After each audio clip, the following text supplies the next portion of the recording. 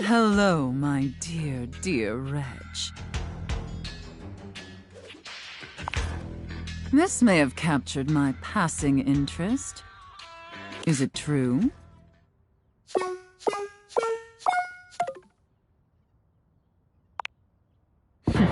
I'm not surprised.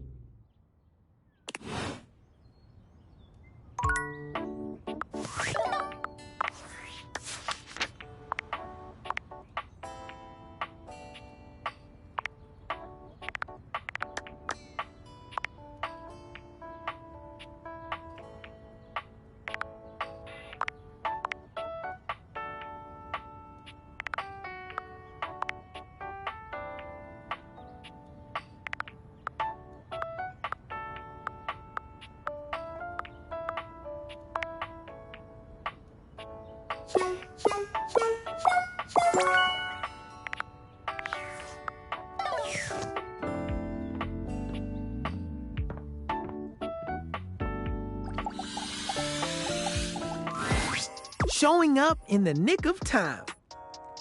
You could feel a shade session coming on, couldn't you? I've been in rare form today. He's right. He's actually been funny. It's like that? Okay. Sit back and watch the master work. Aha! Show us what you got. Wait, you mean The two of us? real? In the flesh? Blood and bone? Able to move and shade everyone? You would really do that for us? You have everything you need to realize us?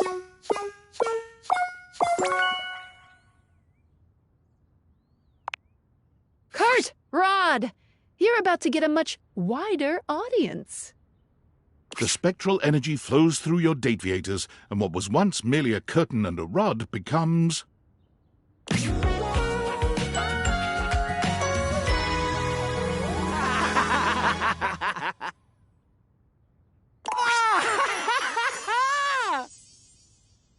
Yo!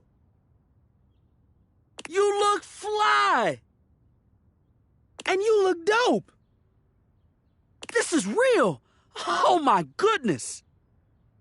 Thank God our fits are together. I know, right? I hate to have to call you out within the first seconds of you being a human. Before you stand two of the finest fabric specimens you have seen in a long time. And to think, you just had them in your windows for everyone to see. Thank you for this. For real, this is fantastic! The two don't stick around long. They build and act as a comedy duo, hitting the comedy clubs and rocketing to fame. It isn't long before they have a show on the Chuckle Channel, making skits and topical segments. Each episode has a shade segment where they use the audience as the butt of their jokes. So, you chose to come to a show dressed like that? They have good taste in comedy. Not close. Soon, Rod decides to leave the show in order to follow his dream of making socially relevant thriller movies. Kurt continues on, writing and starring in comedy shows and sitcoms. The two remain the best of friends, even buy a pair of homes that connect through a door between them. Every weekend they can, they go people watch. They brainstorm new ideas and poke fun at people as they pass by.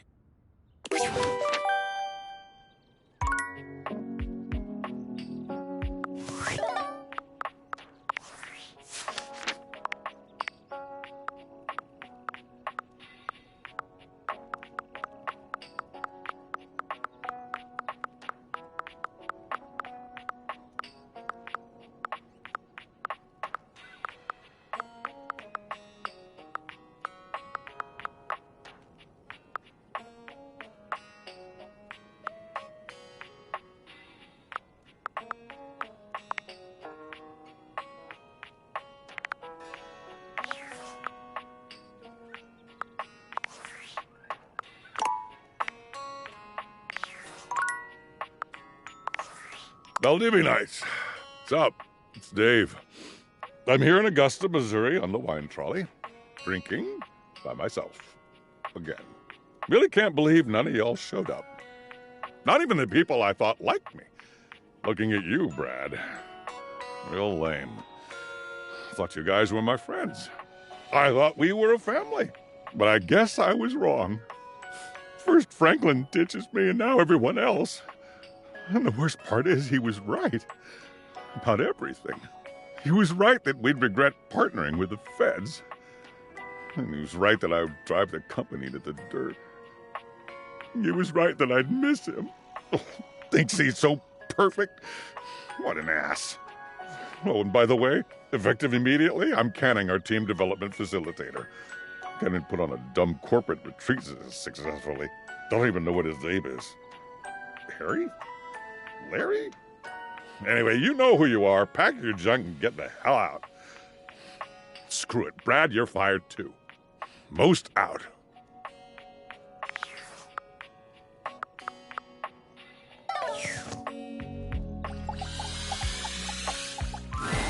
What would you like to do? Oi, hello. Would you like to exchange cash for bundle? How much? It's 10 money for 6. Good grief. Would you like to exchange cash for bundle? How much? It's 10 money for 6. Good grief. Would you like to exchange cash for bundles? How much? It's 10 money for 6. Good grief. Would you like to exchange cash for bundles? All right. What would you like to do? I'll take those Pull me, baby! 1, 2, 3! You got the common with this, all of yours. If you collect 100 common boots of true presence, good luck pulling, pal! What would you like to do?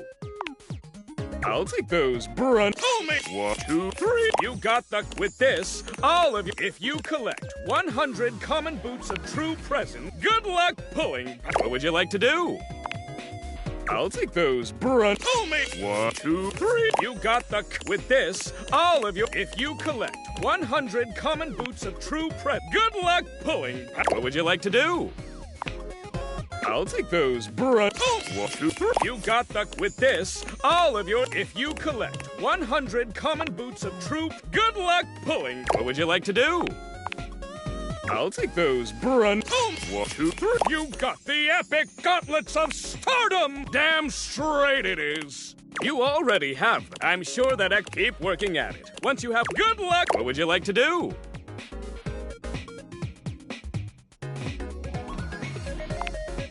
Unlocking access to me means each day you can pull me up to 5 times for my extreme bonus armor! You can pull for my common they have a or you can pull for they have a or you can pull for my this extremely rare but it does exist! Trust me, it costs a mere 8 bundles are a special kind of currency that you have but they in order to get your hand you get 5 money per day. Save up for come by when you've saved up enough.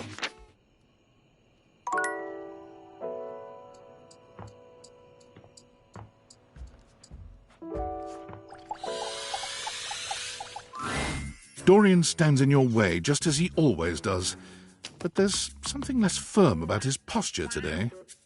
Well, you brought some of us to life, and have good reason to leave the house to see them. Is this it then? To see what awaits?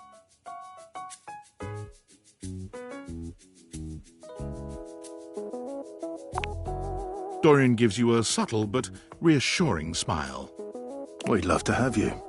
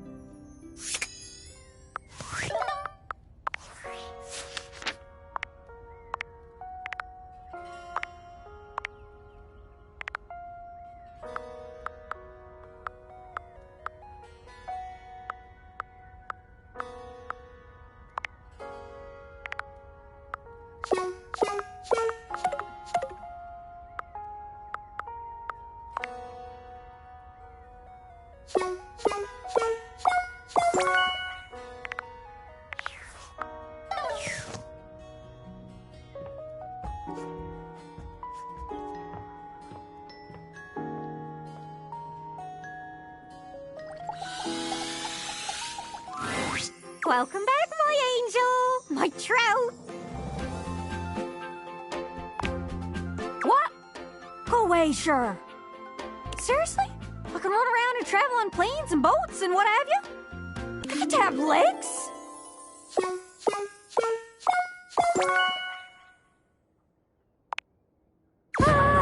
I'm so excited I feel like I could fly! Actually, that'd be wicked! Can my human body have wings? Can I be a wing-a-ling human? Can you do that? I'm afraid not, but I'll do my best to keep that feeling intact. Spin for us, Gaia. The spectral energy flows through your Dateviators, and what was once merely a globe becomes... Ooh!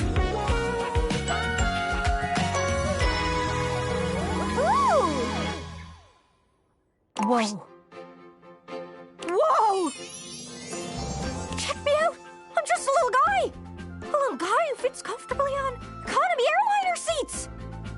Where should I fly to first? Where should I visit? Ah! I can't decide! Gaia spins around, but quickly becomes dizzy. She teeters back and forth with swirls in her eyes. Whoa! If I do that again, I'm gonna lose me lunch. I'll have lunch to lose! There's so many human things I gets to do! I would absolutely... Ugh.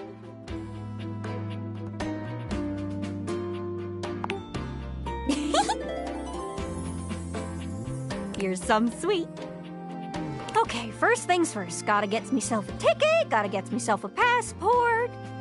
There's no time to lose. I gotta get on the first bus I can find and just go. Where I end up, nobody knows. Gaia salutes you. She scampers upstairs and frantically begins packing. Her first few months as a human are fraught with problems. Airport security doesn't take "I used to be a piece of furniture" as an excuse. She ends up detained more than once. However, within the year, Gaia begins her globe-trotting journey. She always travels light, but never forgets to bring her scrapbook, which contains hundreds of pages of photos, postcards, restaurant menus, tickets, and anything else she can catalogue. Whenever you plan a trip, Gaia is the first one you call. She always knows the best spots. And whenever you disembark at the airport, she's always waiting for you at the baggage claim. Even if you didn't tell her you'd be travelling.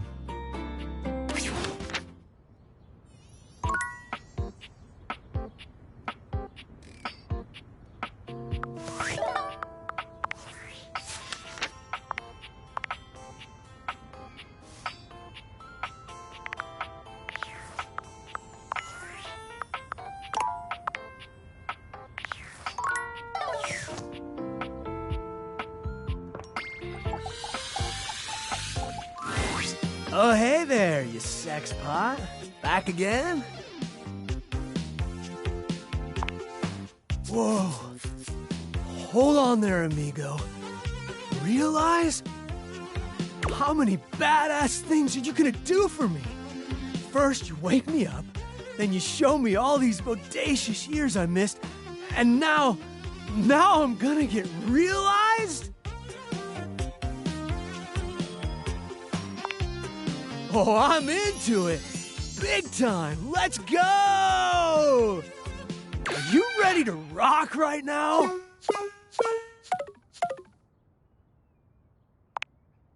Oh, you better come back. I'll be here, continuing my education, so to speak.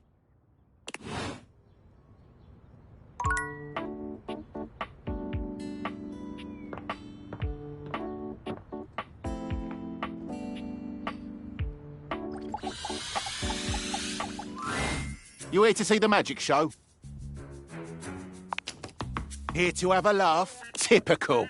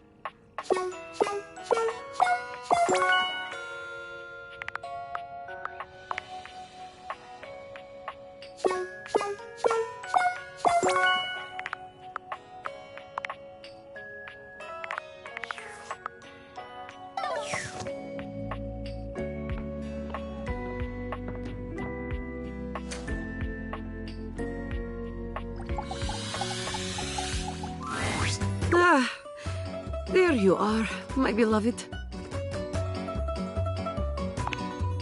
Realize? Me? Okay, Dasha, let's do one big lift together. Whoop! The spectral energy flows through your Dateviators, and what was once merely a desk becomes...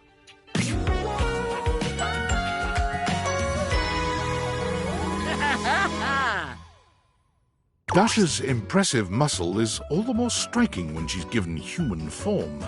There's a vitality to her now, a warmth and depth that radiate from deep within.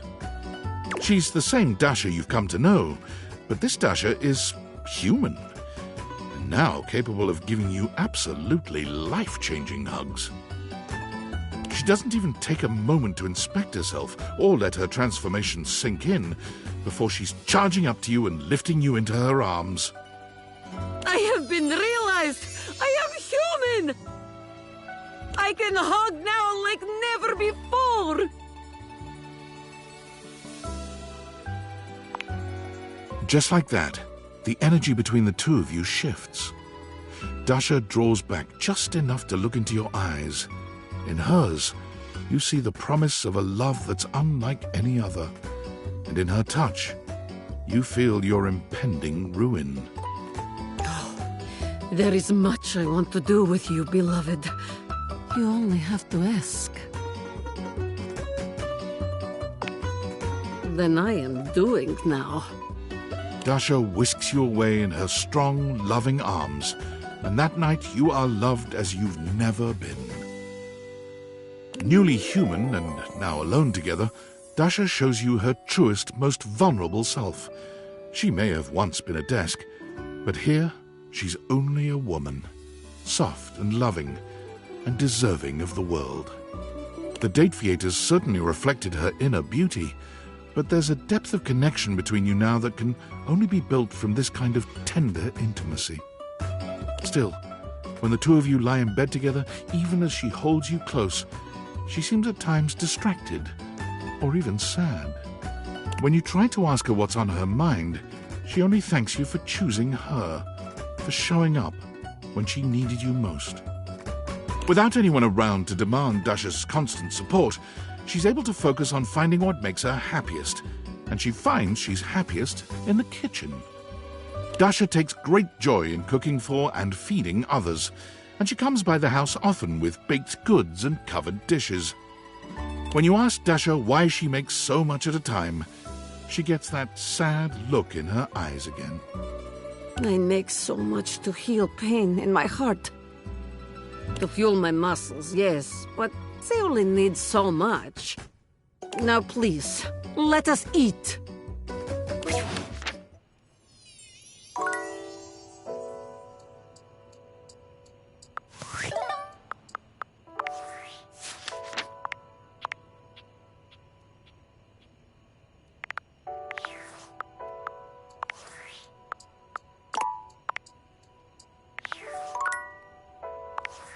Did you see that last email David sent? The one from Augusta, Missouri?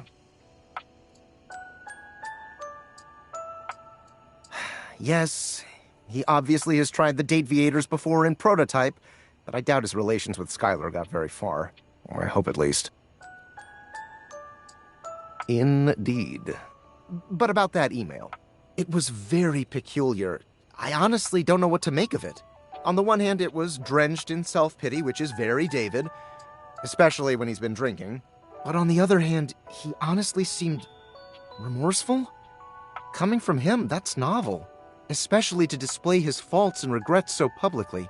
That's not reflective of the David I've come to know. That was different. Refreshing. And did you see how he even acknowledged I was right about everything? He even acknowledged that he missed me. Curious.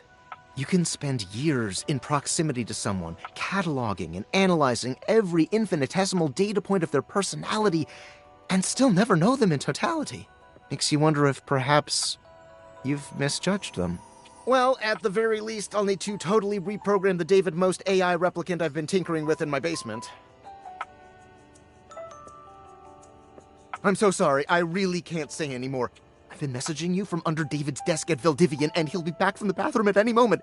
He really needs to change the locks on this place.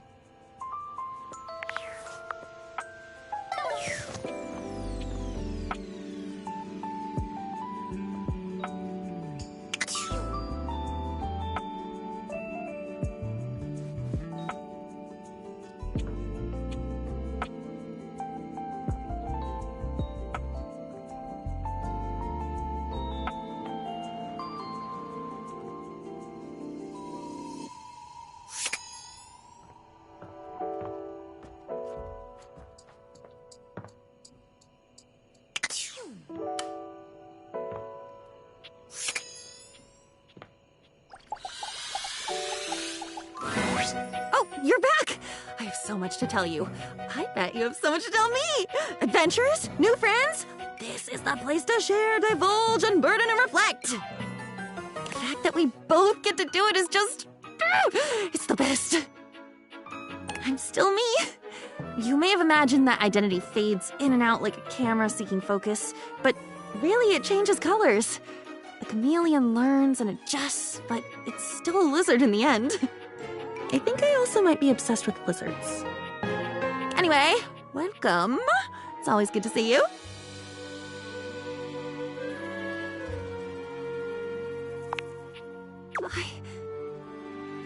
Yes! Enthusiastically and with no context, yes! But as I understand it, this isn't entirely up to me. Do you have what you need?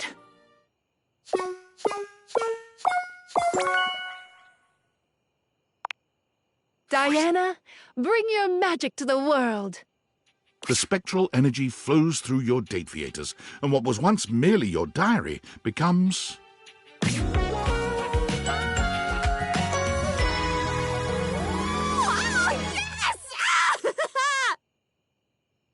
Oh, I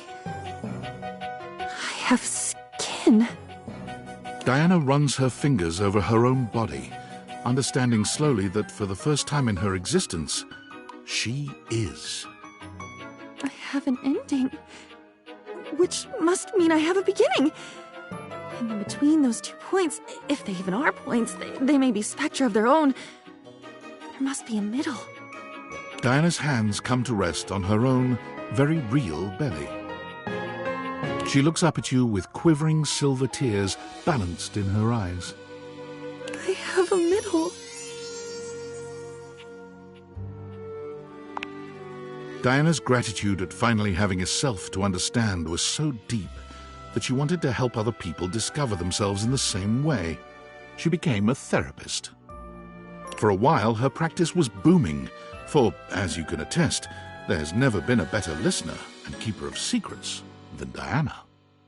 But as time went by, she began to notice the same creeping dissolution, that numb panic that had defined so many of her years in the house. She was filling her new self to the brim with other, and the fragile her was being crushed beneath the accumulated mass. Finally, she had had enough.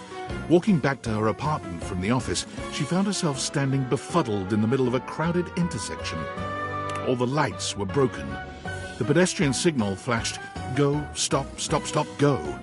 The cars from all sides were honking. The driver of a yellow taxi to her right waving his arms. The driver of a great black SUV in front of her laying on the horn in dark sunglasses. Diana stood disassociated in the midst of this chaos.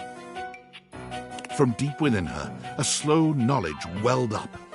A simple and powerful no. She reached out with her right arm and swiveled her eyes to focus on the driver of the yellow taxi at the end of her fingers. She flipped her palm upward to face him. Stop. And he stopped. She reached out with her left arm and cleanly motioned for the great black SUV to move forward, slowly. There. And he moved. And the car behind him moved. And the car behind that one followed. When 11 cars had gone through, Diana flipped her palm, and the car stopped on a dime, as if by magic. She rotated her eyes back to the yellow taxi and motioned to him. Your turn. He stared at her, transfixed. But with only a slight hesitation, he began to move. And the car after him. And the van after that. Once he was through the intersection, the cabbie leaned out of his window and smiled. A bystander did eventually call the police, and the lights at the intersection were repaired that night. But Diana had found her happy place. She has been the star of the Metro Traffic Bureau ever since. On her days off, she sometimes comes back to visit.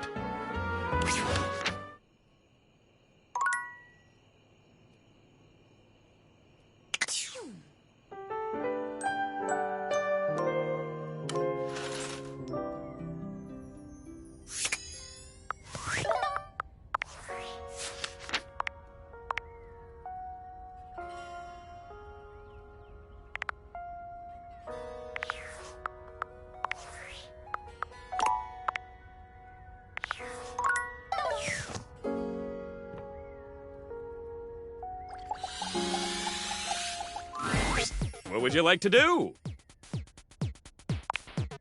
Oi, hello. Would you like to exchange cash for bundles? How much? It's 10 money for 6. Good grief. Would you like to exchange cash for bundle? How much? It's 10 money for 6. Good grief. Would you like to exchange cash for bundle? All right. What would you like to do? I'll take those, bruh. 1, 2, 3. You got the epic gauntlets of stardom! Damn straight it is. You already I'm sure that keep working at it. Once you... Good luck! What would you like to do? I'll take those, bruh. 1, 2, 3. You got the... With this, all of your if you collect 100 common boots of true good luck pulling, what would you like to do? I'll take those, bruh. 1, 2, 3. You got the... With this, all of your... If you collect 100 common boots of true good luck pulling, what would you like to do? I'll take those, bruh. 1, 2, 3. You got the... With this, all of your... If you collect 100 common boots of true good luck pulling, what would you like to do? I'll take those, bruh. 1, 2, 3. You got the epic gauntlets of damn straight it is. You already, I'm sure that keep working at it. Once you have good luck, what would you like to do? Unlocking access to each day, you can pull me up to 5 times from our Yuki. What would you like to do?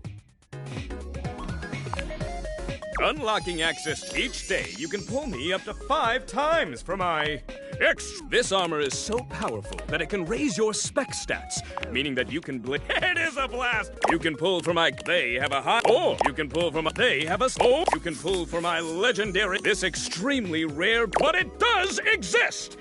Trust me, I'm regulated. It costs a mere 8 bundles are a special kind of currency. Good question. In order to get you get 5 money per day. Come by when you've saved up enough money.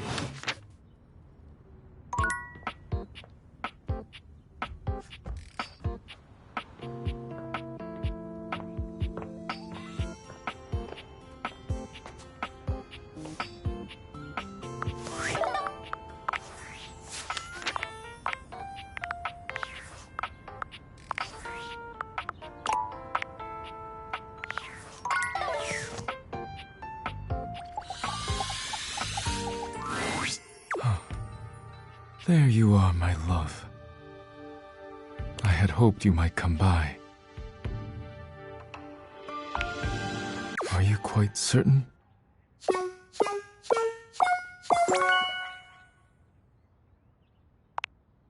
Welcome to your new world, Daisuke. The spectral energy flows through your Dateviators, and what was once merely your dishware becomes...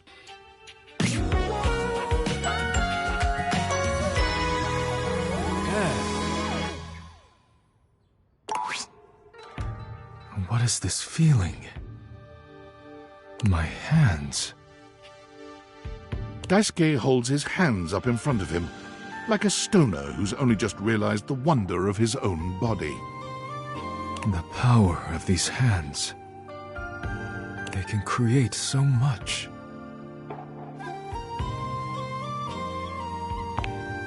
He looks up at you suddenly, with a wild gleam in his eye.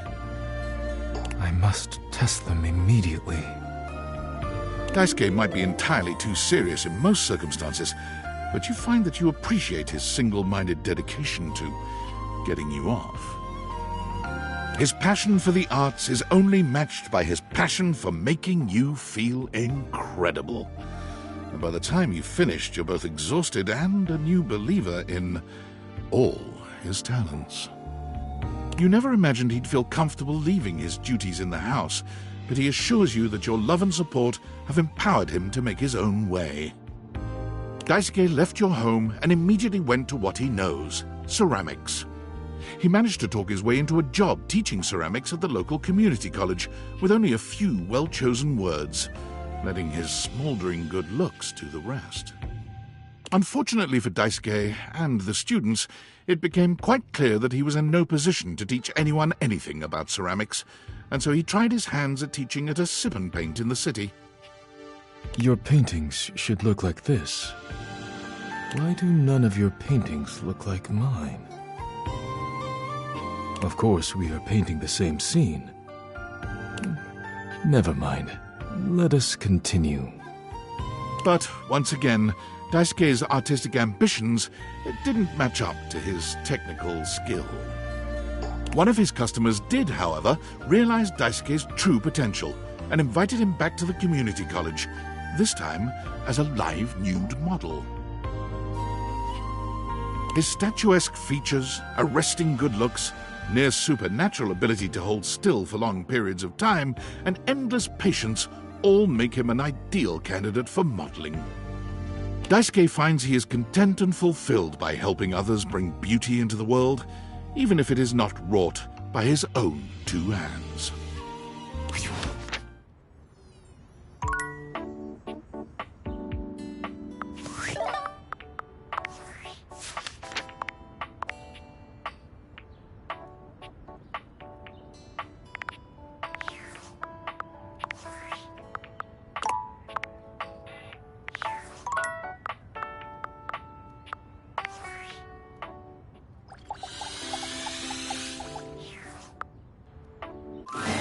I had a feeling you'd be back. Have I ever told you that you are my favorite player who has ever played this game? You've treated those data bulls so dearly. And you're wearing that fantastic red shirt that we created to make more money. I mean fun. But enough about you. Would you like to play our little developer dating game? All right. We have an awful lot of lovely people who are dying to get to know you. You've been all up in their business. Do you want to know the general rules? Splendid! First up, we have Jamie, our external producer from Team 17. They're not evil at all. Wait, did I just say that out loud?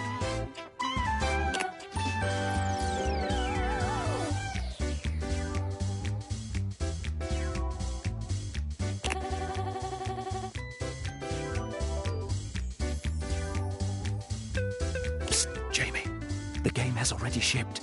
We're live.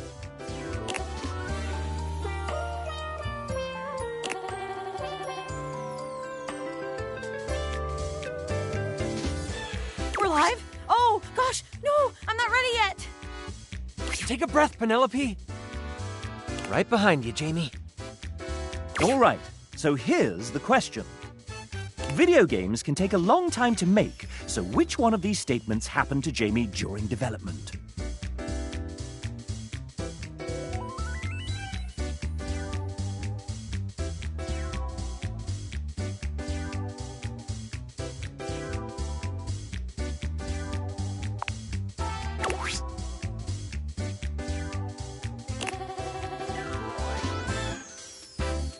Incredible! Jamie loves you. And I won't tell his fiancée a thing. Would you like to date another dev? I've come up with a new developer. Next we have... Who's that in the corner of the ring with a steel chair? It's Tay!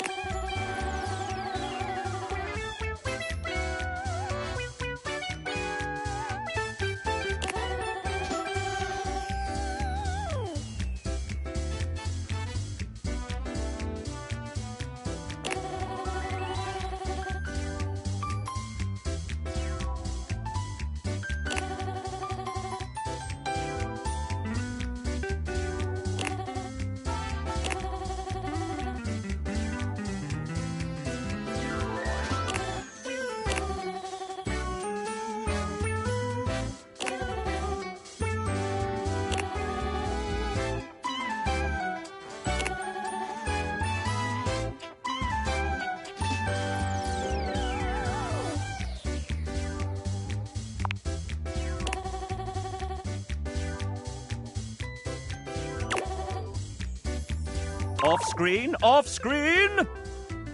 Would you like to date another dev? I've come up with a new developer. Next we have... Would you look at that? It's Nick Thurston! He's a writer, voice actor, and creator of the Moonsong Fantasy universe. Huh? Oh! Hi! Didn't see you there. Had my head in a book.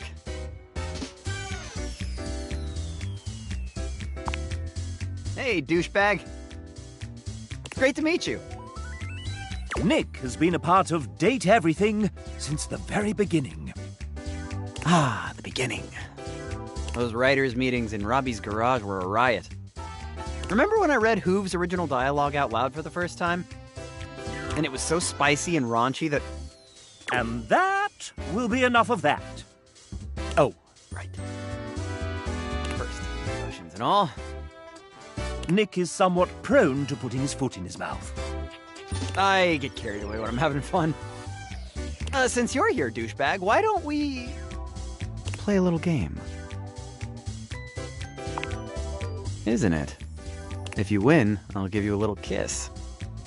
He leans close and whispers, close enough that you feel the warmth of his breath and catch the masculine aroma of his scent. Who wrote that? Don't worry. My wife Alex says it's cool as long as we're in Fantasyland. And if you get the extra credit right, you can have a full-blown makeout sesh. How's that sound? I like the sound of that. Okay, here we go. I know this is going to be tough, but one of these 4 characters is one that I didn't actually write. Who is it?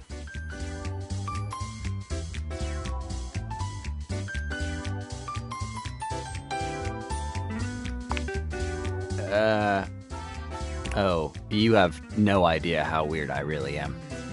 Sinclair was just scratching the surface. I see myself as more of a surface polisher. Like bar sweeper's friend or a good microfiber towel.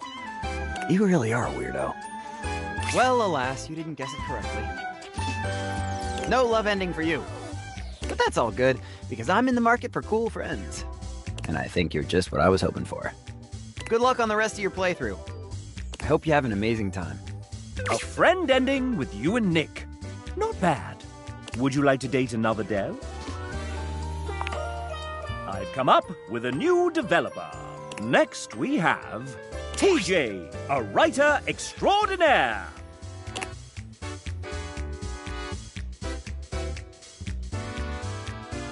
TJ is actually quite humble. I've seen it myself.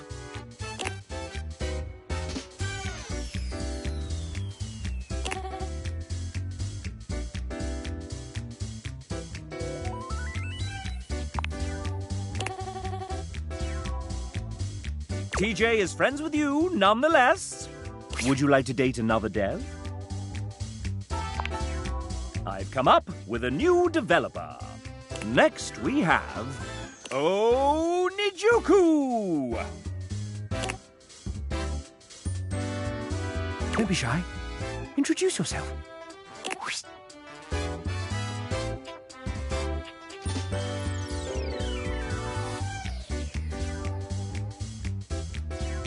Nij is the lead artist on this game, which means she designed all 107 characters, including myself, and almost all the UI that you see. Did she sign up for all of this? I think partly she didn't realize what she was getting herself into.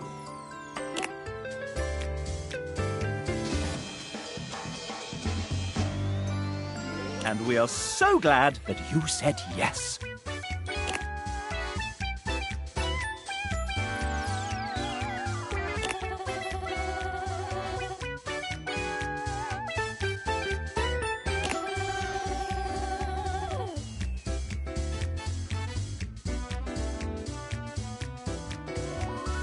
Excellent.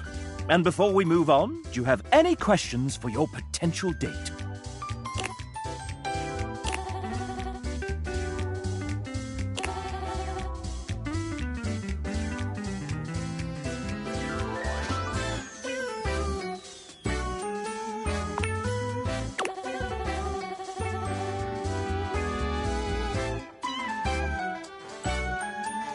A very artistic date. It might just be love. Would you like to date another dev? I've come up with a new developer. Next we have... It's Jonathan, one of our writers!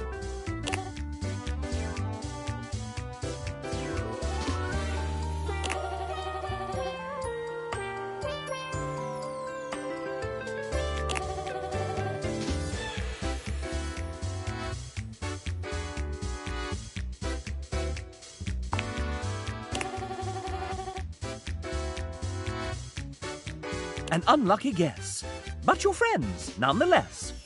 Would you like to date another dev? I've come up with a new developer. Next we have... Why, it's Devin! A writer and one of the main people who set us on the path to getting this game funded.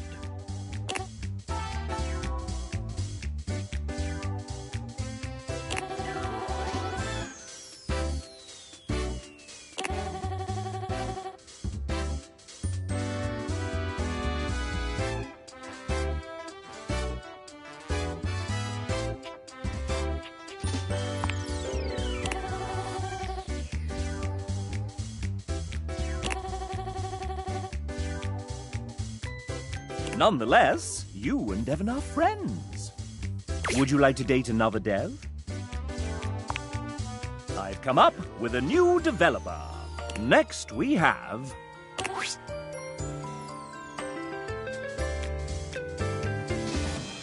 Otosa! Let's play a few sets.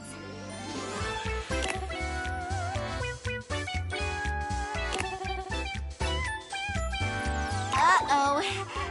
Everything will be okay. I'll go get Shadow Lord. He'll know what to say.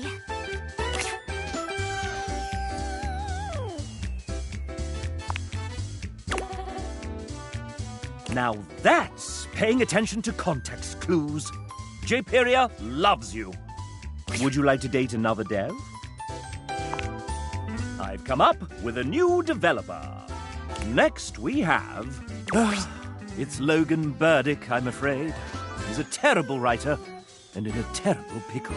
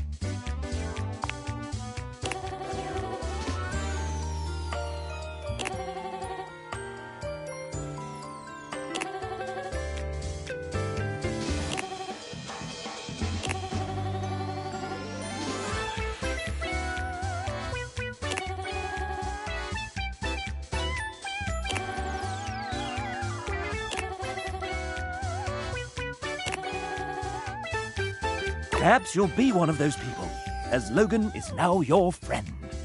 Would you like to date another dev? I've come up with a new developer.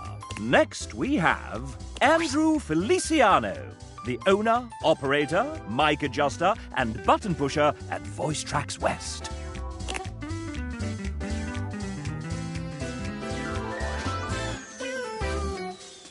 Andrew is a very humble man. We couldn't make this game without his generosity of studio time and talent. Andrew did not write this part. I am adding it after he submitted his text. He can't hear this either, so he's just going to talk as if nothing's happened.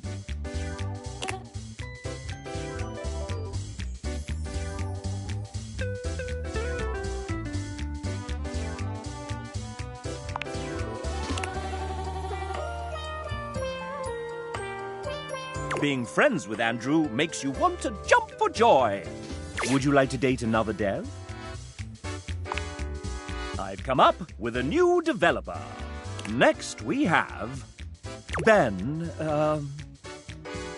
submitted his date after the deadline, and well,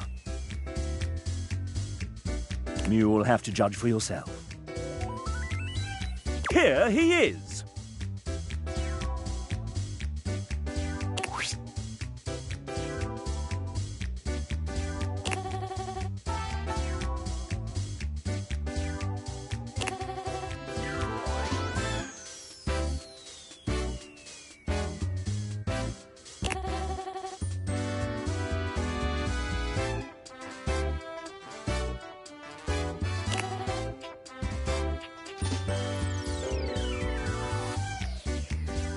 So, do you like Ben?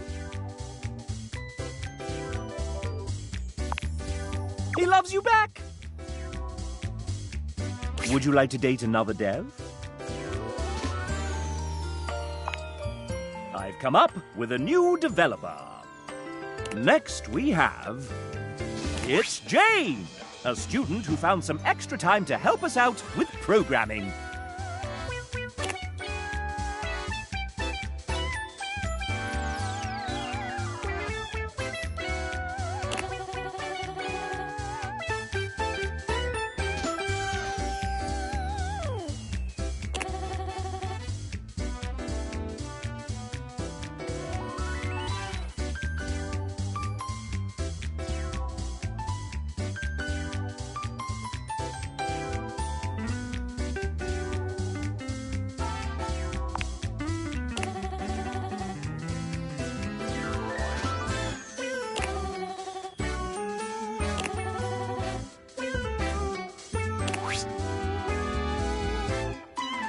We can and we will.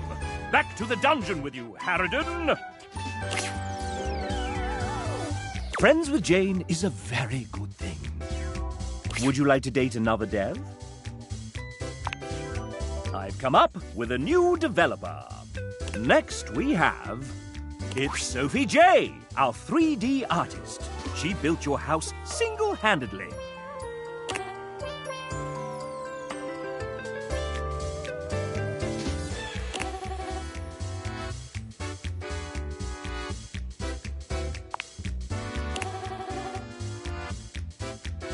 Alas, merely friends with Jay.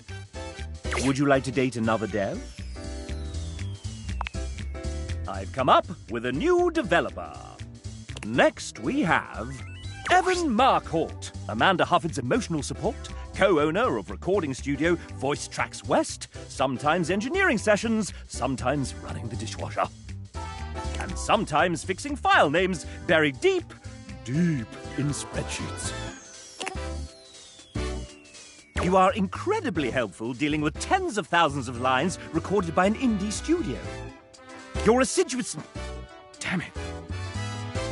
I'll go one more time.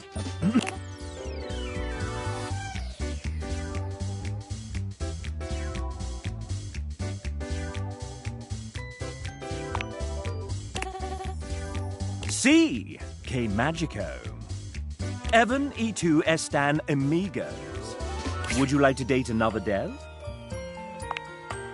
I've come up with a new... Next we have... Hey, it's L!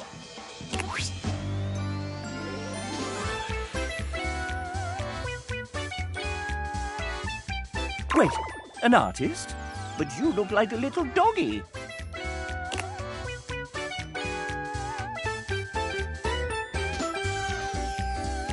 I don't think that's right. In fact, I think you just made that up.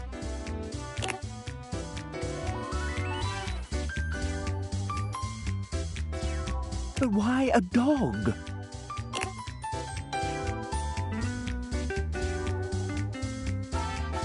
Well, how did that happen?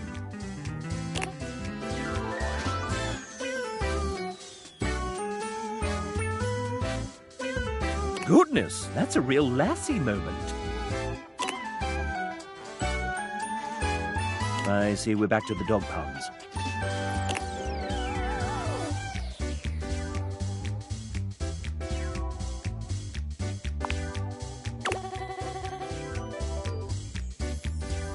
Her heart is full of love for you. Would you like to date another dev? I've come up with a new developer. Next we have... Well then, if it isn't Robbie Daymond! Voice director, voice actor, writer, creative co-lead, and executive producer of this very game. That's me. Sup, duder?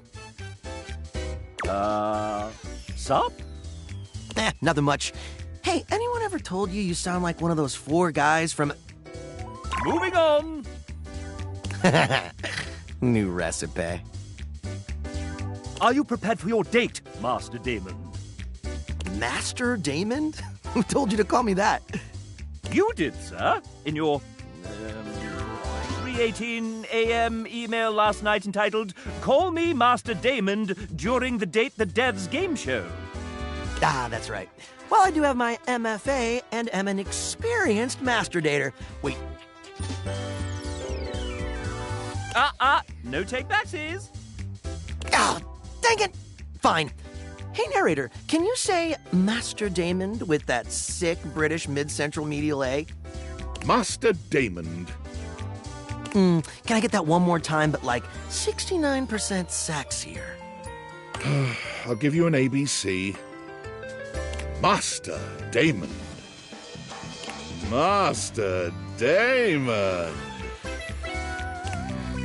Master Daymond. I'll take the C-take. Thanks, JB. When you're quite done, sir, I believe the player is ready to begin. Oh, shit. All right. Well, Megan gave me a hall pass for this, so let's make it good.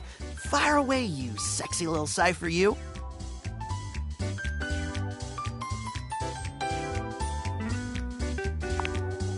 Oh, heck yeah, let's do this. Double nat 20s? What are the odds? Nice to see you two bonding a bit. But it's time to up the ante for our player. Robbie, you put a fair amount of your life out there on the internet. Not as much as I used to, but yeah, I suppose. How about we give them a little quiz about you? Yeah, I don't know. It seems like a pretty played-out mechanic for a date. But you're writing this, sir. Meta. I like it. Fine then. Quiz away, living manifestation of a mascot that I conceptualized. Of course, Master Daymond. 69% sexier? Master Daymond. Nice. Answer the following questions correctly, and you may earn Robbie's affection. Sounds easy enough. To prevent cheating and searching the internet, you have 10 seconds per question. Wait, we don't have an internal real-time clock in this game? I mean, I wanted one, but... Sir! Ray said it was too hard to program. I didn't believe him at first, but it turns out it's true. Master Daymond, the player doesn't know that, sir.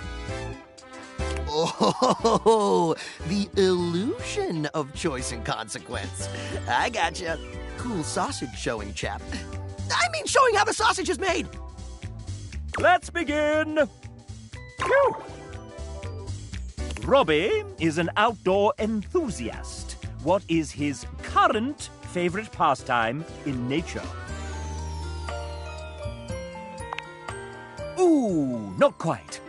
An avid fisherman in his youth, Robbie hasn't set as many hooks in recent years as he'd like. Yeah, someday, though. Tell all your friends to buy this game so I can retire. Up next, Robbie has mentioned that he graduated with an MFA. In theater performance! That was the answer, sir! Oops.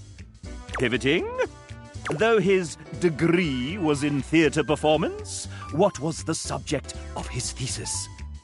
A clue lies within a certain sudsy character he wrote for this game.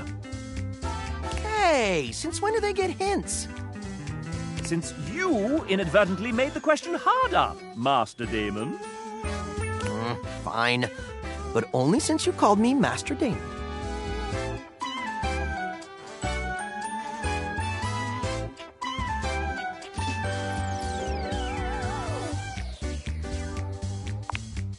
Well played. While the Bard's first tragedy is mainly considered one of his lesser... Careful now, it's my fave. One of his less respected endeavors, Titus Andronicus, was what Robbie chose to write his thesis on. It's pretty great for scansion buffs and revenge fans. And really, is there any such thing as bad Shakespeare? William Shakespeare! Oh, I'm saving that one for the Date Everything time travel DLC. Time for the final round. You mean grand finale? Yeah, whatever. Here we go. I'm so excited! Robbie may be a well-respected voice actor and soon-to-be multi-award-winning game developer, but he's also known on screen as a world-famous TTRPG player. He recently joined the 3rd season of the first and most streamed Grottos and Gargoyles live play of all time, Whimsical Knoll. What class did Robbie choose to play? This'll separate the real nerds from the hardcore dweebs, he says with love.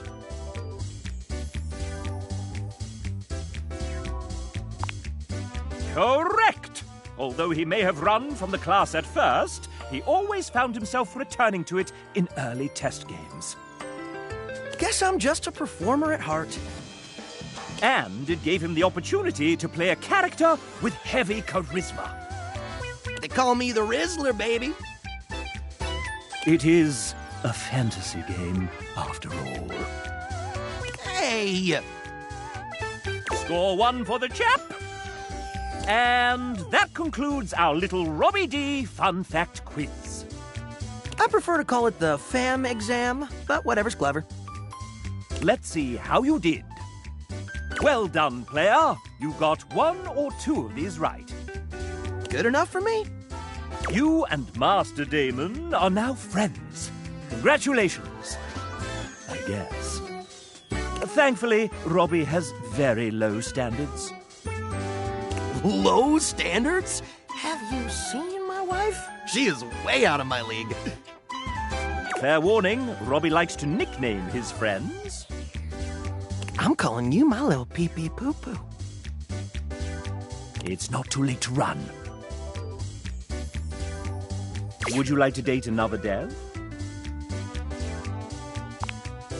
I've come up with a new developer. Next we have... It's Wilbo Baggins! But it's canon now. Maybe in the sequel.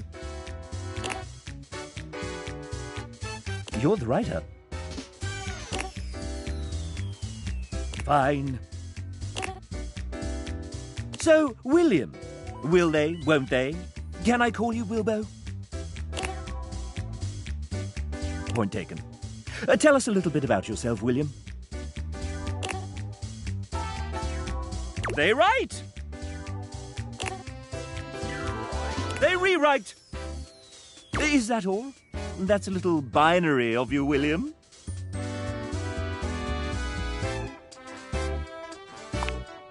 What is that? Some kind of code? So, what else do you do?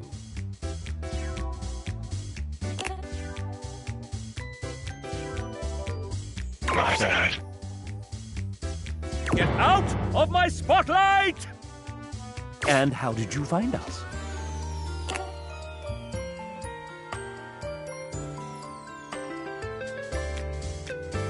And how have you found us since?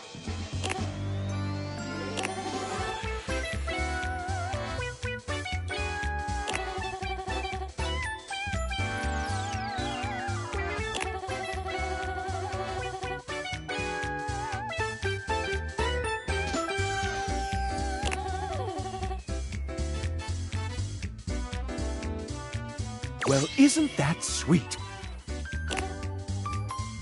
And unfortunately, that's time.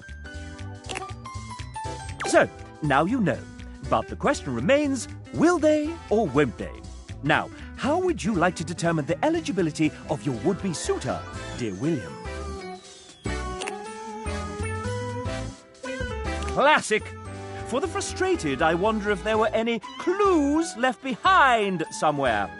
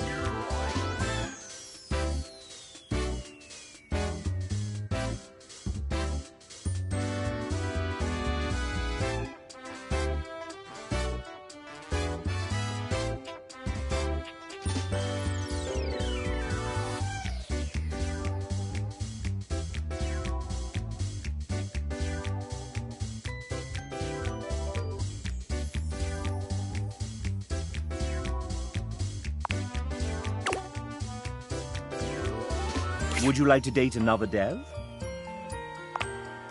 I've come up with a new developer. Next we have... Indubitably...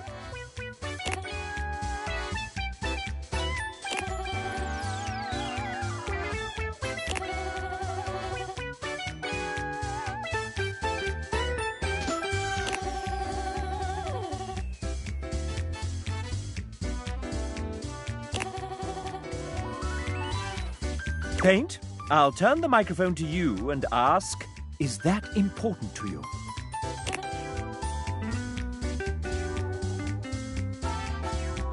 And what are some of the things you're excited about?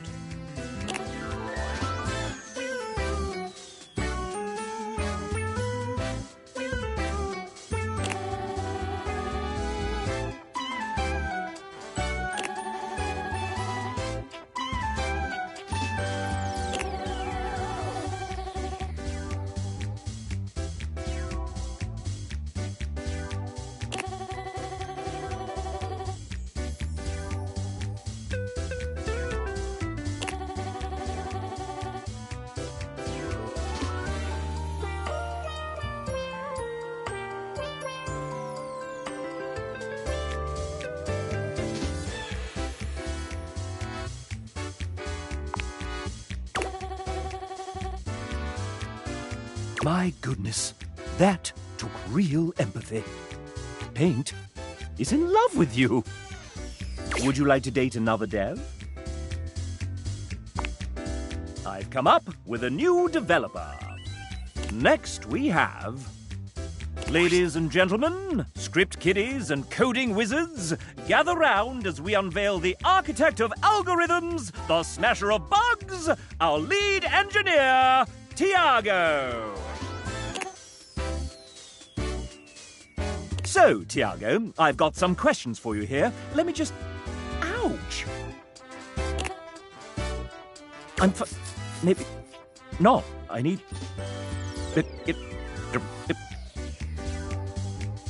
Oh no! Chap's glitching! Don't just stay there, do something! Should I do something?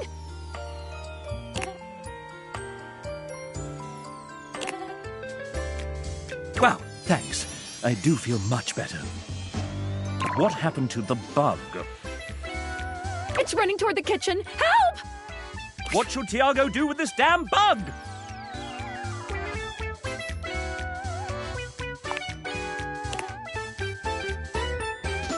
That's the friendly spirit that Tiago enjoys. Would you like to date another dev?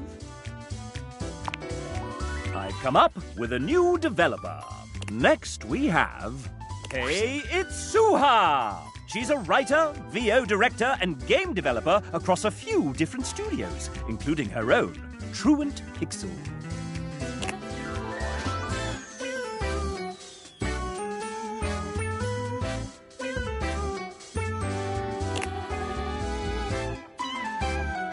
Suha has written for a lot of characters on this project, including much of the narrator.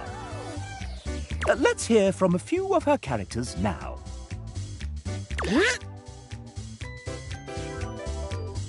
Dasha flexes, her muscles bulging spectacularly. You get the impression she could crush you with her pinky, if she so chose.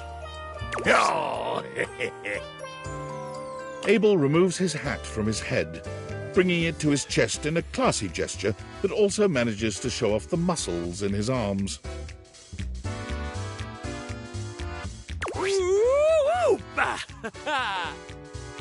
Dunk strikes a pose between the two of them, showing off his magnificent physique and dazzling smile. This world is impure. Friar Errol doesn't bother flexing like the others. Muscle is clearly not his strong suit. Still, you get the sense he could ruin your day all the same. Yes, she's written some truly formidable characters, strong in body and spirit. The moment Suha comes into view, the Dateable's entire posture changes. Their eyes find the floor, and an air of despair settles over everyone.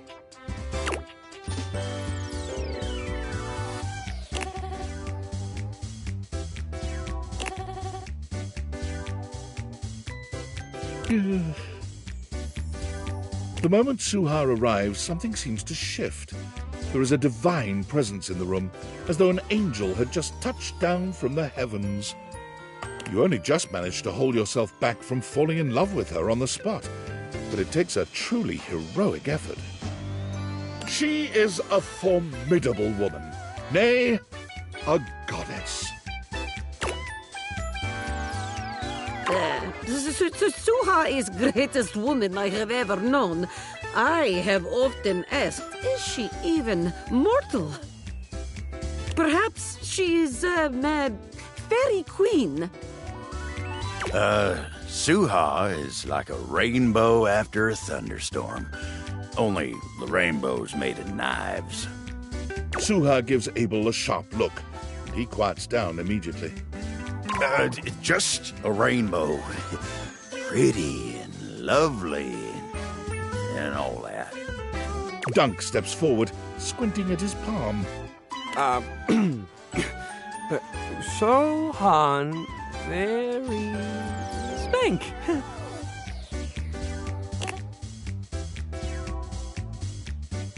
Duncan immediately hides his hand behind his back. You're the hottest babe alive, ma'am! A real touchdown of a woman! Our Father of Convection's blessings come in many forms. Suha is one of his greatest blessings.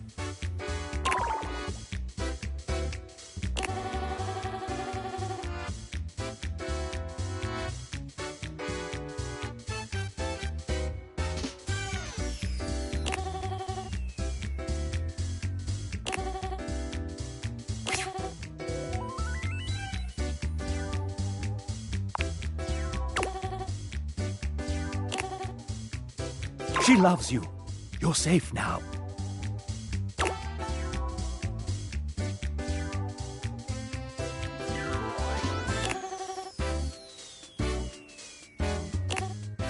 Suha came onto the project later on in its development cycle, but it's like she's always been here.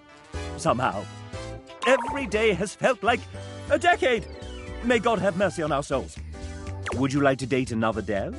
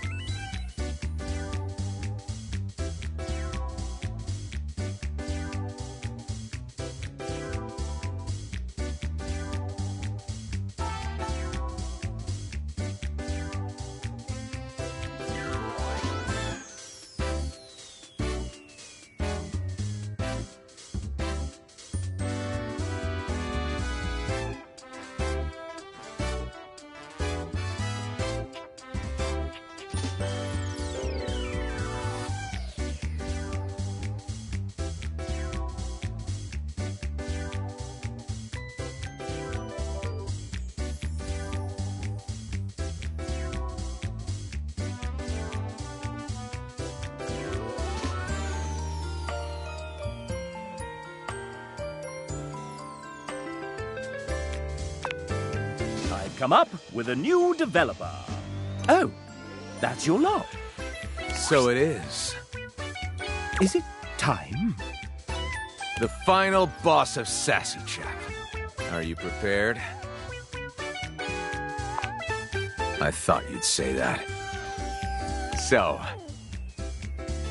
right now it's 2:36 a.m. after a VO recording day, and I was able to polish Hanks, Telly, Lady M, and Sassy Chap today, but I missed the Milestone 18 deadline by 8 full hours.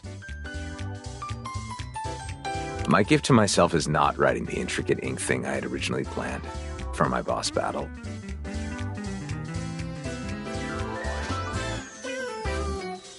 Is that okay? Can I go to sleep?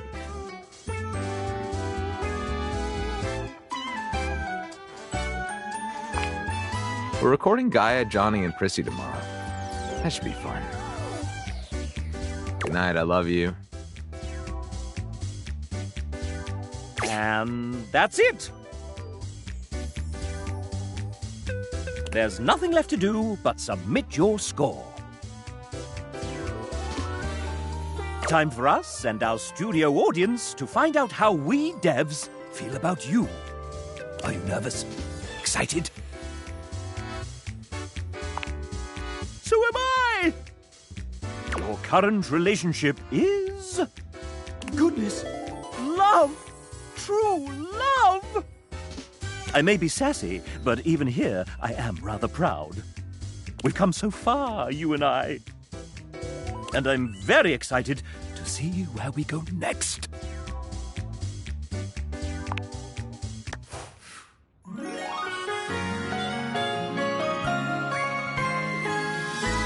I've developed a love interest in you.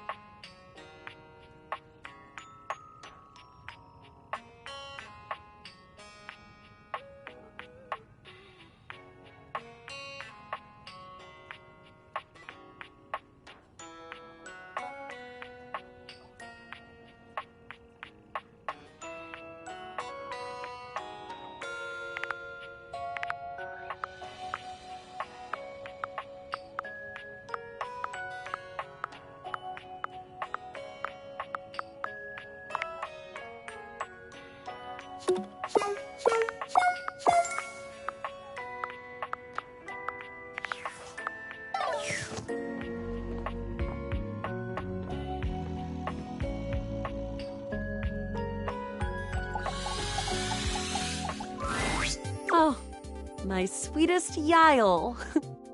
I bet it makes you happy to hear me say that. I haven't forgotten you. To become real? Like a human? A singular human? I think I'd like that. As long as I still get to play all my different roles. Connie, prepare to level up!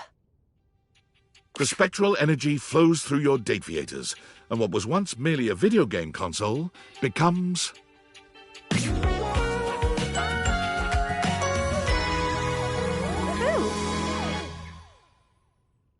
Oh, wow! These graphics are incredible! Connie's gaze wanders all around the living room, taking in the extreme detail in the assets. They did a really good job on you.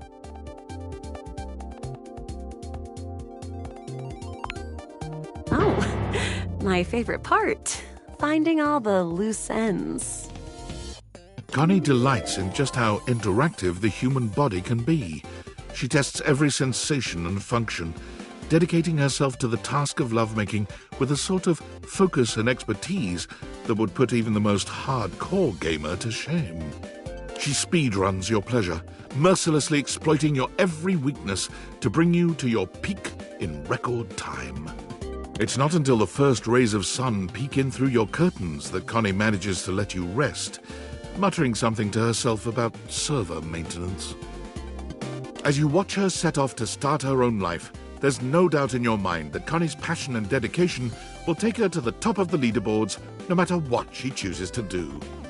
I think I'm going to use these versatile pipes of mine to make a living as a voice actor. Perhaps one of the most dangerous paths one of today's humans can take. In the age of AI, voice actors were a rarer breed than any before. But if there was anyone who could do it, it was Connie Soul. Her auditions took the industry by storm. No one could believe that all of these characters were the same person. Trust me, I'm good at seeing things from all different perspectives. Her time in the booth was legendary, and she always fought for the rights of human actors overall. One particularly potent social media campaign she led embarrassed the video game industry entirely. Profile pictures were changed at an unprecedented rate, catching the attention of even the sleepiest of executives. For it was becoming clear that AI acting, while easy to create and impressive at times, didn't have that lifelike, unpredictable spark of play. Because Above all, gaming should be all about play.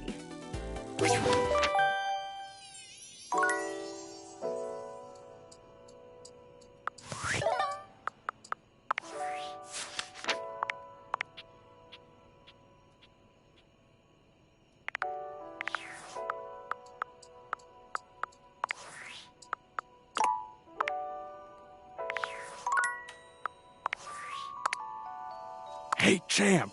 Got a secret mission for you. Do you like secret missions? Like cool spy stuff?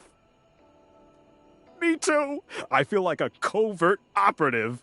Anyway, Valdivian higher-ups are looking for a certain missing piece of property. Says here that they are magical spectacles that reach into the consciousness of objects using thing theory. You know anything about that? Whew! Really hoping you wouldn't.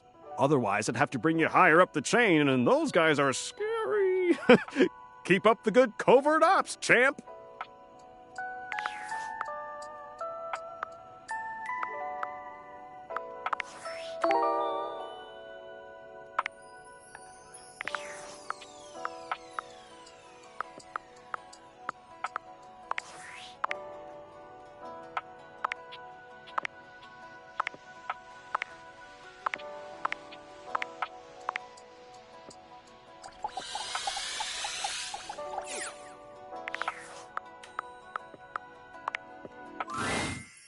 Welcome! What can I do for you in my main menu? Right this way. What's on your mind? Good question. A very important question. The easy answer is, as long as you are continuing to realize objects, things will continue to move along in a positive direction. If you have other questions, I'm all ears. No matter what you do, you will always be able to find every single datable here. Except for one very specific instance, but you will be very clearly warned that that's the path you're going on.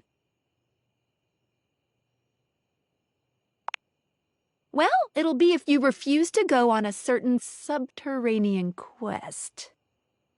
That's all I'll say. Any other questions about what you should be doing? You can leave the house at any time, but be forewarned. Doing that starts the end of your story, a point of no return. Unless, of course, you reload a save. Wink, wink. If you want the barest minimum of a good ending, I would shoot to get 100 specs points in any one attribute. Once you have that, you'll get some pretty good results. Any other questions about what you should be doing? Hate endings still give you 5 specs points and continue the main story, so no, not really. You won't be locked out of very much, except for certain polyamorous relationships that might be difficult to untangle if you were looking for those ones specifically. But since you won't be able to realize objects that hate you, you might start to find yourself locked out of certain endings if you keep getting a large amount of hates. Just speak with everyone honestly, from the heart. You don't have to literally get everyone to be your lover, seriously. Even though it makes me happy, there's no pressure at all. If anything, getting something to hate you certainly does mean you spend less time talking with them, which is always good if you genuinely don't like them.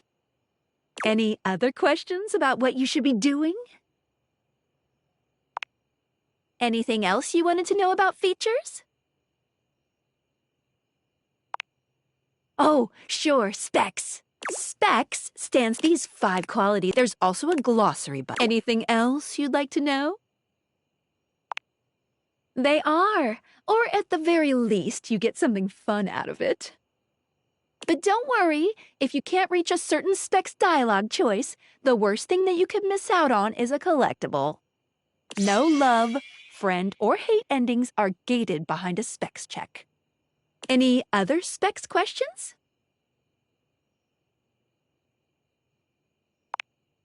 Great question! Each dateable object gives out, you can check a datable's the bad if you're looking to grow, you know. Any other specs questions?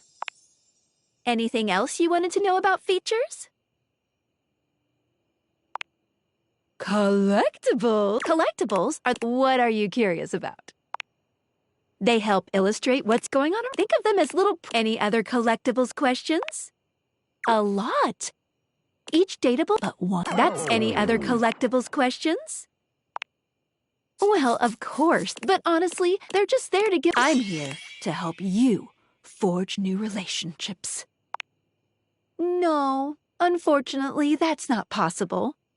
At a minimum, it would take 3 whole playthroughs to find them all. Fortunately, New Game Plus tracks your collectible collecting progress. Any other collectibles questions? Anything else you wanted to know about features? Cool. What can I do for you in my main menu? Let's. There's lots I can chat about. Me? Oh, definitely. What's on your mind? Cool. What can I do for you in my main menu? Let's. There's lots I can chat about. Me? Oh, my favorite subject. What do you want to know about my lore? I'll be honest. We're not speaking English right now.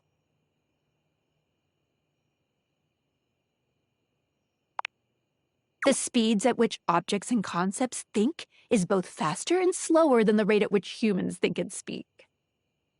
Faster in that the objects have instantaneous consciousness throughout their different forms in the universe, and slower in that the timelines for them can stretch into eons.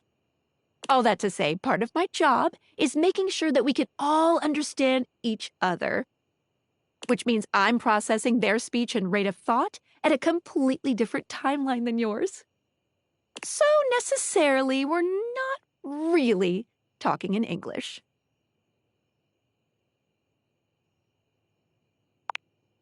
What did you think about that?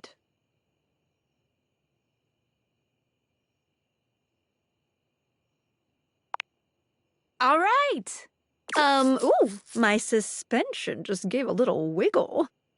Skylar shows you her dateviators, turning them so that you can see her suspension of disbelief. Skylar's suspension seems buoyed somehow, happier than you'd last seen her. You believed in her again, so she feels even stronger. Thank you for that. It really means a lot to me.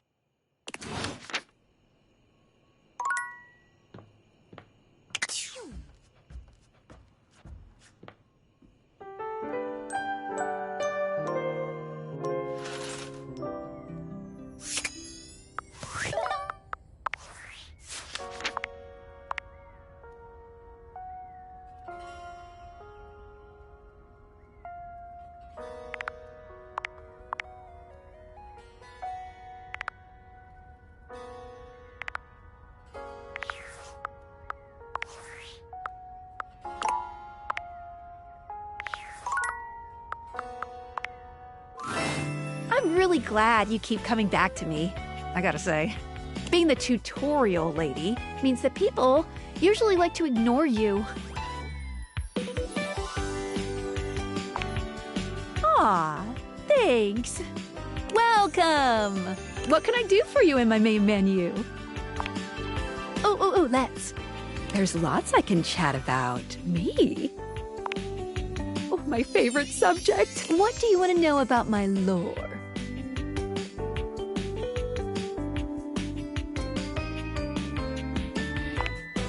It's true! They really do act like humans. With human emotions, desires, and appetites, too. What's happening is that there's a whole other dimension to these animus wavelengths than we ever can be completely aware of. Objects and concepts have these rich inner lives that we can't see at all in our dimension. Somehow they are able to have jobs, marriages, kids, but we can only see what's right in front of us. Even me, with my vibrational qualities, I can only be a part of the process just for the bit that I see. I don't really know. Because I can't see all of it. They could have lives parallel to the ones humans have, and we just can't sense it precisely? Maybe? What did you think about that?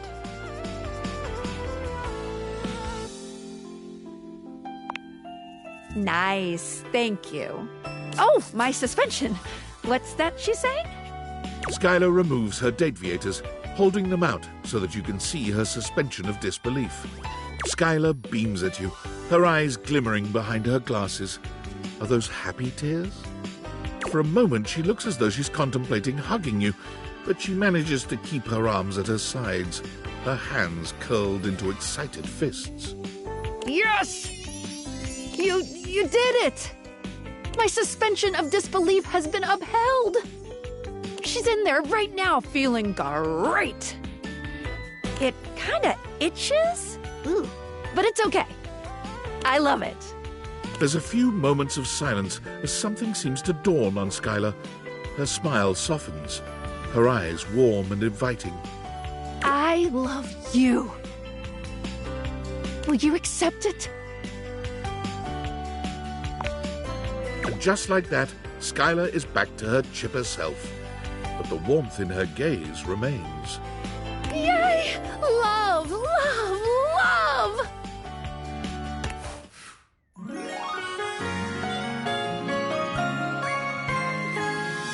I love you.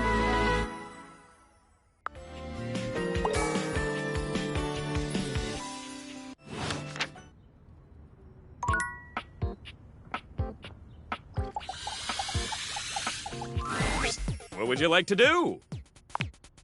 I'll take those One, 2, 3. You got the with this. All of your. If you collect 100 common boots of true. Good luck pulling. What would you like to do? I'll take those 1, 2, 3. You got the epic gauntlets of stardom. Damn straight it is. You already have. I'm sure that. Keep working at it. Once you have. Good luck. What would you like to do? I'll take those 1, 2, 3. You got the epic gauntlets of damn straight it is. You already I'm sure that keep working at it. Once you have good luck, what would you like to do? I'll take those 1, 2, 3. You got the epic gauntlets of stardom. Damn straight it is. You already I'm sure that extra keep working at it. Once good luck, what would you like to do? I'll take those 1, 2, 3. You got with this, all of you. If you collect 100 common boots of true good luck pulling, what would you like to do? Oh, sorry. I always have. Don't want you getting addicted. Come back tomorrow.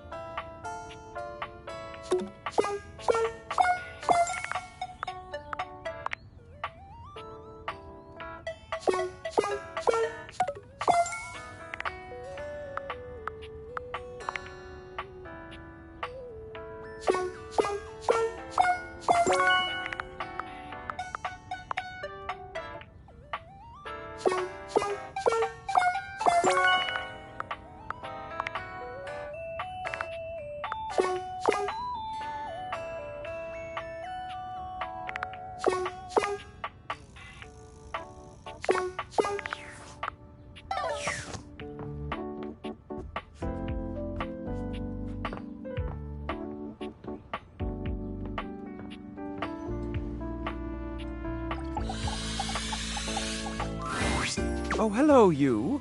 I'm so glad you're here. I wanted to ask you about something.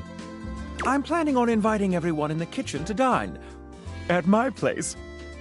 I'd like to have a party of such class and character that none will forget it. Every detail will be accounted for. I shall provide the food, which will be exceptional, of course. But I'm missing just one component. The host. I'd love for you to fill that role. You'd greet our distinguished guests on the way in and make them feel welcome. What do you say? Marvelous. And might I say, you look absolutely fabulous. Everything is prepared. Are you ready to start the feast? Perfect timing. Our guests are arriving now. Mitchell has gone above and beyond. A host? Well, well. I can't wait to see what you've cooked up. Now this is passionate provisions. 4 guests. I'll take it.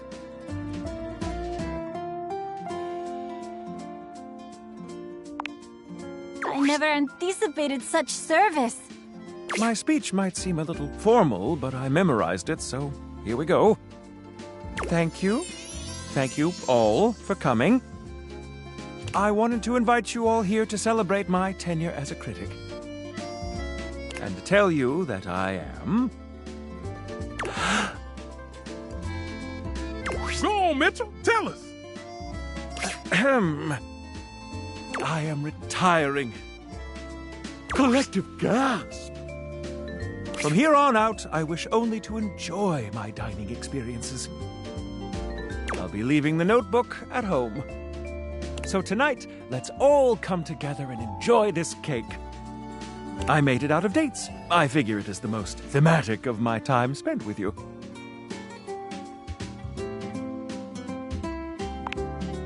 Ah, I had not thought of that. No, it is a date simply because you are so sweet to me. Now, would you like to do the honors? Everything is amazing. Seconds, please. You have outdone yourself, Mitchell Lynn. Okay, everyone, pose for a pic.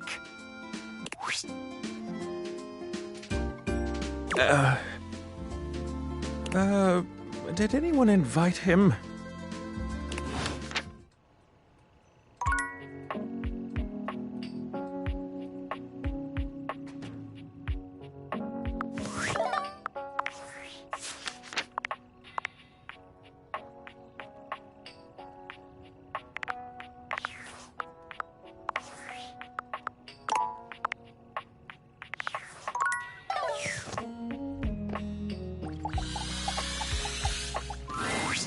My love, my muse. Are you back to make the most marvelous of meals? Oh! Not just me, right? Me and Mr. Cluckles? Now you're cooking with gas. Do we have all the necessary ingredients?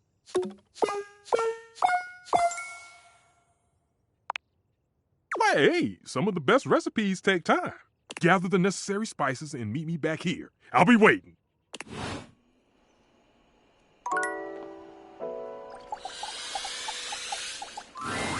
Oh, blessed day.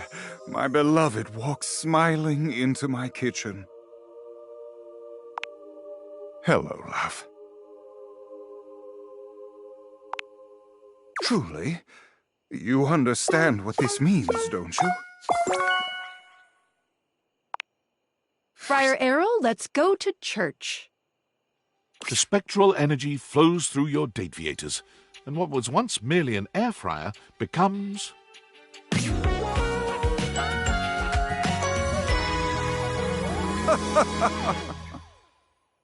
Friar Errol somehow only grows more severe as a human, the air of intimidation that emanates from him like so much hot air overwhelming you. Yes. Yes.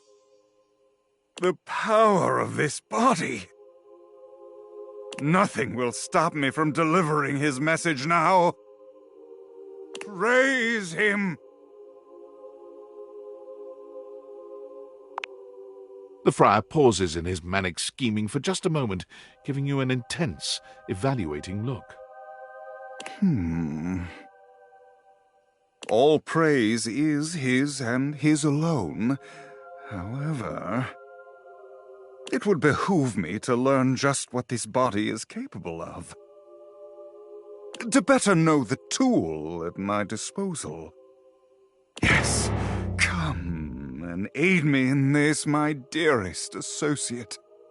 Friar Errol is just as exacting a lover as you'd expect. He relishes in giving orders, demanding you worship on your knees until you've both seen heaven. But Friar Errol is ever himself. Even with the taste of your worldly delights on his tongue, the friar refuses to change his tune. There is no cuddling or sweet talk afterwards. He thanks you for your service and leaves, the only true sign of his satisfaction, the hymn he hums under his breath.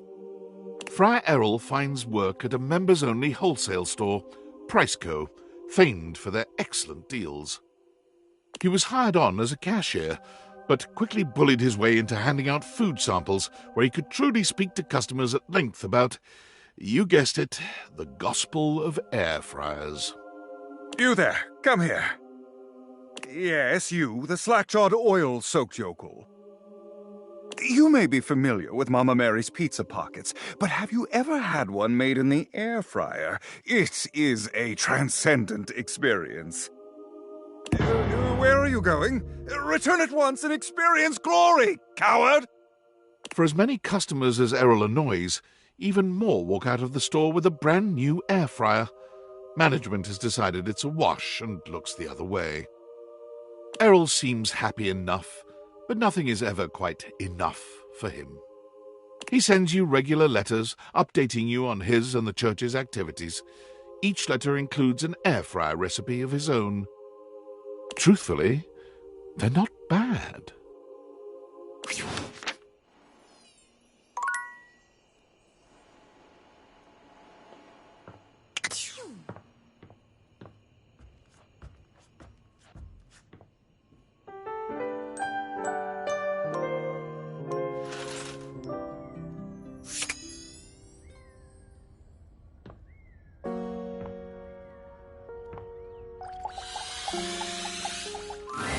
Checking in on the bedroom closets again. You must have enjoyed your time with me here. See you next time, then. I'm sure I'll have loads more to say.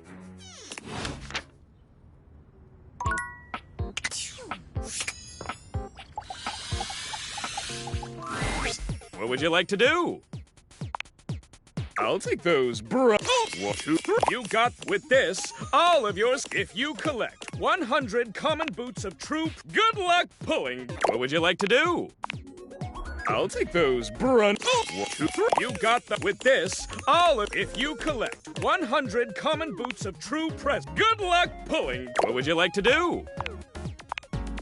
I'll take those, bruh. Oh, mate. 1, 2, 3. You got with this all of your if you collect 100 common boots of true good luck pulling. What would you like to do?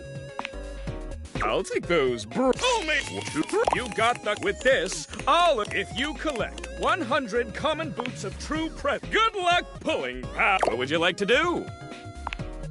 I'll take those, bruh. Oh, mate. 1, 2, 3. You got with this all of if you collect 100 common boots of true presents, good luck pulling. What would you like to do? Unlocking access to each day, you can pull me up to 5 times for my... You can pull for my cup. They have a hot... Oh, you can pull from... They have a... Oh, you can pull for my... This extremely... But it does exist! Trust me. It costs a mere 8... Brundles are a special kind of currency.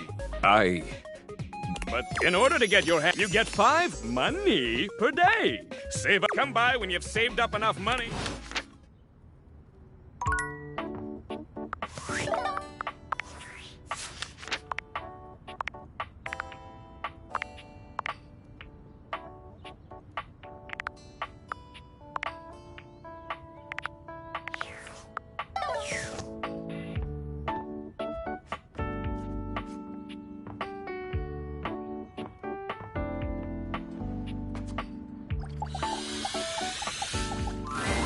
What do you say, friend?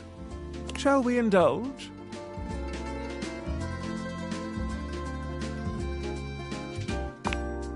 Great idea. And since I'm retired now, we can just enjoy one another's company.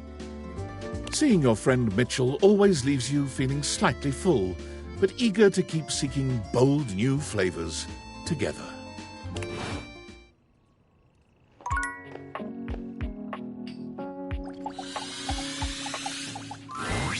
Hey again, friend. I'm always happy to see you. Wish I had more time, but hopefully I can see you soon.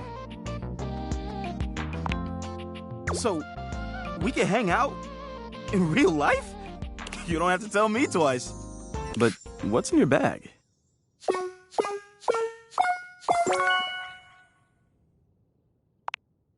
Henry Hoove, you're now Henry Hooman. The spectral energy flows through your Dateviators, and what was once merely a vacuum cleaner becomes...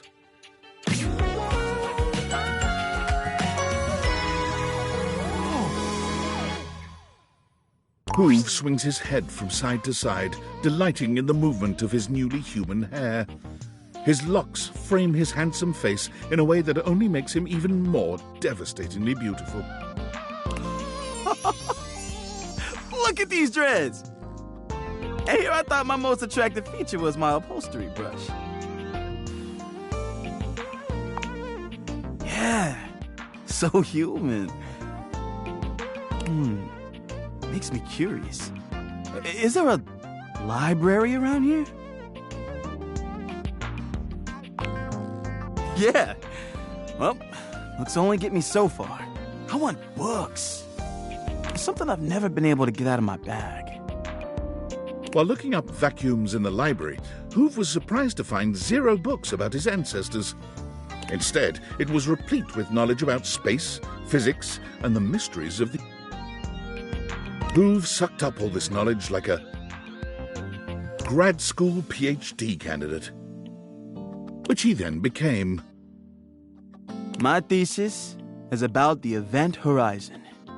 It has drawn me in like nothing else. He works with the leading space programs of the world, where he explores event horizons no vacuum could ever dream of replicating.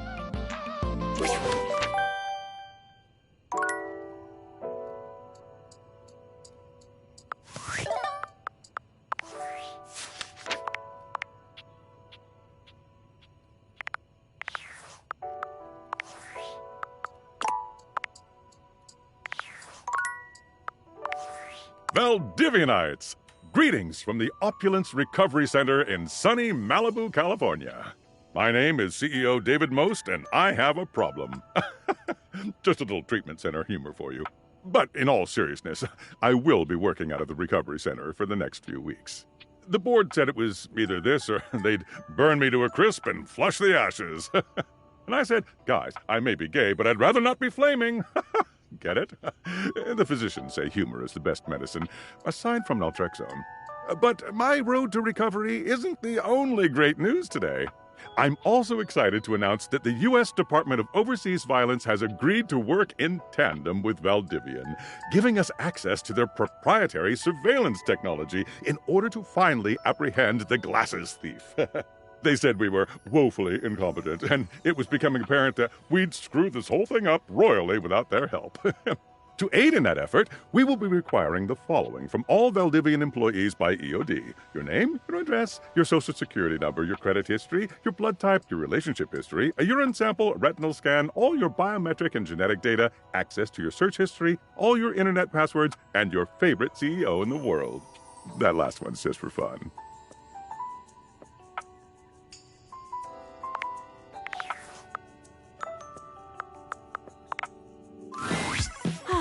Almost bedtime.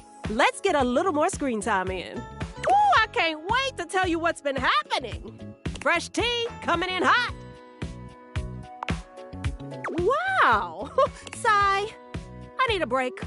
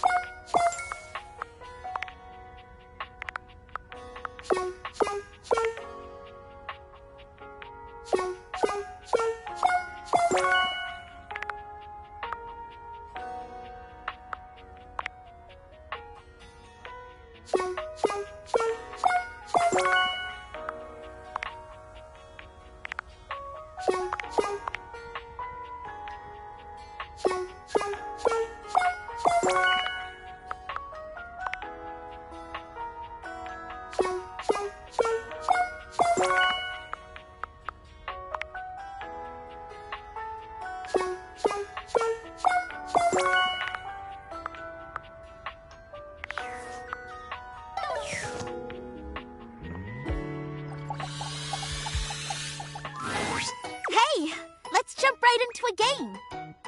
My serve. Score, love all. Get it? Are you serious? I'm going to be alive? I'm excited. But do you have what we need to turn me from 1/8 scale all the way to 1? Andate! The spectral energy flows through your Dateviators, and what was once merely a statue of an anime waifu becomes...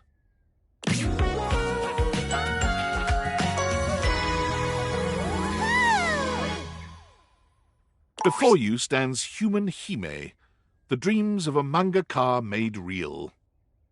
Whoa! So this is what being alive feels like. Let me test out these limbs. Hiro Hime, gingerly at first, tests out her new arms and legs, assessing the limits of her reach. Well, everything checks out. I'm ready to hit the courts. Well, you're coming with me, silly. Hold on. What happened to Nekobaru? Nekobaru? A once omnipotent god in the form of a cat-shaped tennis ball was caught in the rays of the Dateviators. He is now a physical specimen befitting a deity of his status. What? Nekobaru. Wait, you still only say Nekobaru? Sorry. Force of habit. Hirohime. Real tennis doesn't involve Starlight Smashers. You're going to need a coach who can help you navigate the grim realities of the real world. Do I still get to run around on a court and swing a racket? Yes, of course. And I don't need Starlight Smash. Let's go! In a flash, Hime is by the door, ready to depart. Her neatly tied hair swings slightly as she turns your way. What's that? Oh my! Even though she is no longer in an anime, you swear you can see effervescent cherry blossoms swirling around her in the air. The power of the Starlight Smash lives inside you after all. Oh. Nekoboru. It won't be long until you receive a grand invitation to Thimbledon, the most important tournament in the world. Hime was a natural at translating her abilities to the real world, including her uncanny knack for finding the best brand deals. Along with the usual assortment of energy drinks and fancy watches, she found herself successfully landing an anime adaptation of her real-world prowess. Starring herself, of course. Also, Nekoboru became a bestseller with his book, I Was God, Then a Ball, Then a Dude with Balls.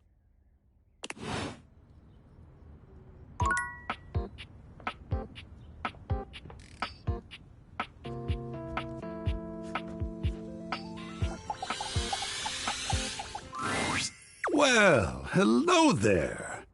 This is one of the new pieces I've added to the gallery recently. Isn't it wonderful? Makes me wish I had a Mai Tai and a pair of flip-flops to hand. La-da-da-dum, shaker of salt.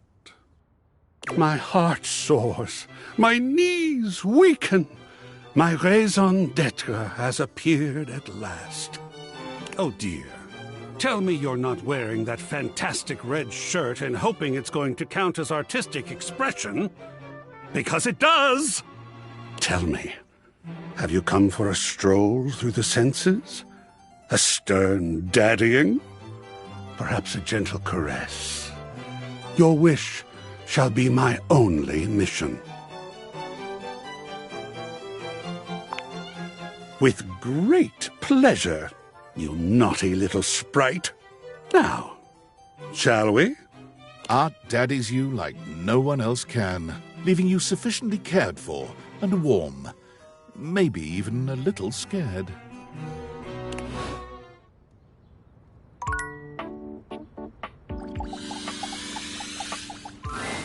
They are darling, aren't they? Makes me feel the tiniest bit sick. I annoy because I care, you chiseled rubbish heap.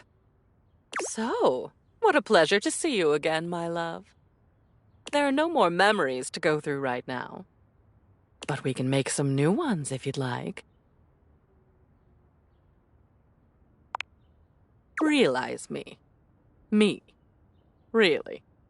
You think that's safe? The embodiment of all your memories running around in the real world unchecked? Unmonitored? You're braver than I thought. Well, I'm not going to give you time to change your mind. I'm ready. Now.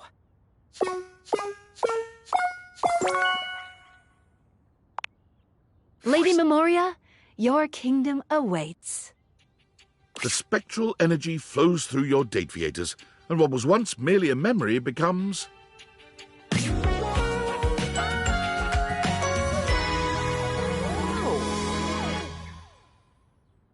Memoria's reaction to her transformation is a bit muted, but amazed in her own unique way, she inspects her new body with quiet wonder. Wow, would you look at that? I'm human. I have authority. I have a body. I can do whatever I want. Oh my God, I think I feel excited. Is that what this is? It's marvelous. I have all my beautiful twisty darkness and also this lightness, this bright feeling of possibility. And I can choose. Isn't that something? I can make my own choices now.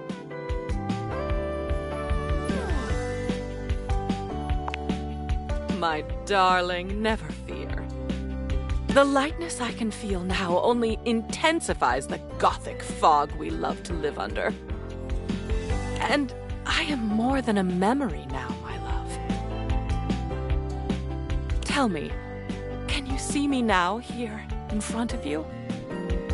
But do you also remember me the way I used to be?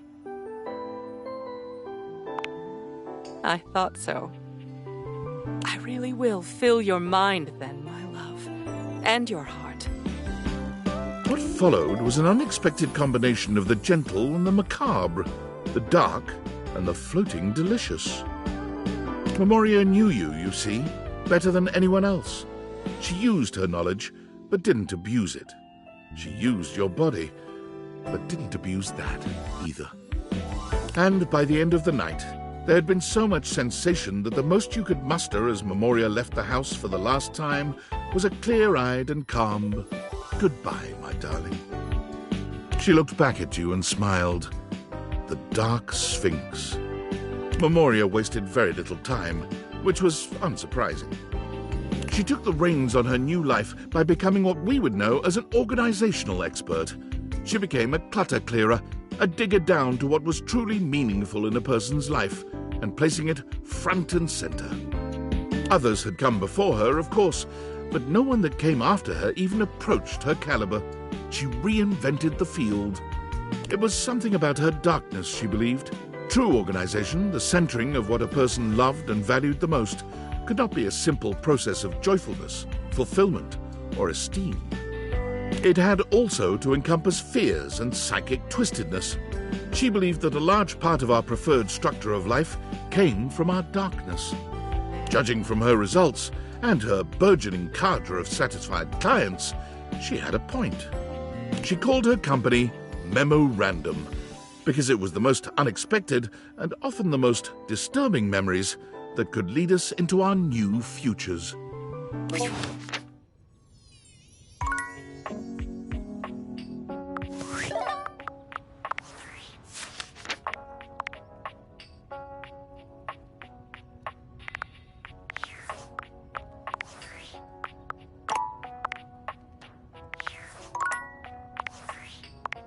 Did you do it yet? My weeb senses are tingling. I feel like something happened. The world feels Tennessee-er. Oh my god, for real? You really did it? You gotta tell me everything. What's she like? Oh my god, I knew it. Of course she is, of course she is! Oh my god, okay. Just please, if you're still in contact, I just want to meet her. Can you just tell her I want to meet her? Fuck! Okay, calm down, Sam. Be normal. Just go about my business and wait for shit to happen naturally. Fuck. I cannot believe Hirohime is just out there. A whole entire person. Thank you, date theaters. All right, I know you saw that last email. What the fuck kind of fucked up police state shit is this? Your name, your address, your social security number, your credit history, your blood type, your relationship history, a urine sample, a retinal scan, all your biometric and genetic data, access to your search history, all your internet passwords? How could I fucking forget? He thought that was so cute. Like, shut up, God. I just don't know anymore, man. I'm making the best money I've ever made in my life. I'm building a resume that could take me anywhere after this. But is it worth it in the end? Am I going to be able to look myself in the mirror if I stay in the middle of all this? I'm glad to hear that from you. If you lost respect for me, it would devastate me. I've been thinking a lot lately that I always wanted to be a nurse. I've saved up enough to pay for school again. It would be a huge change, but I feel like I'd be happier. And with the kind of hours I'd work, I don't know, maybe I'd have time for dating again. I've been so lonely and I don't want to date anyone here. You're basically the only person here I'd even consider, like, eligible for that. And I'm busy and you've got your furniture lovers. That's not what I'm saying. I mean, maybe in different circumstances, but focus. Okay, talking about Valdivian. There's just so much to think about. And every time I start leaning towards one or the other, I just talk myself right out of it or into the other one. Would you still respect me if I stayed? Thank you for saying that. I don't know what I'd do if you lost respect for me. Thanks for always listening to me. I don't know what I'm gonna do, but I'm grateful for your support. Thanks, friend. I'm gonna go.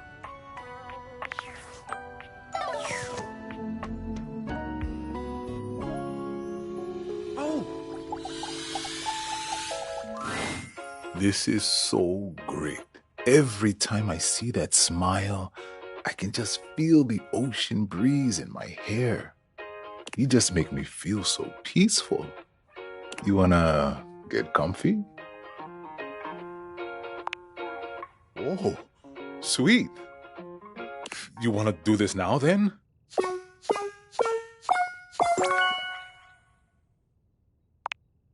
Come on, Koa. Hopefully, realization doesn't tucker you out too much.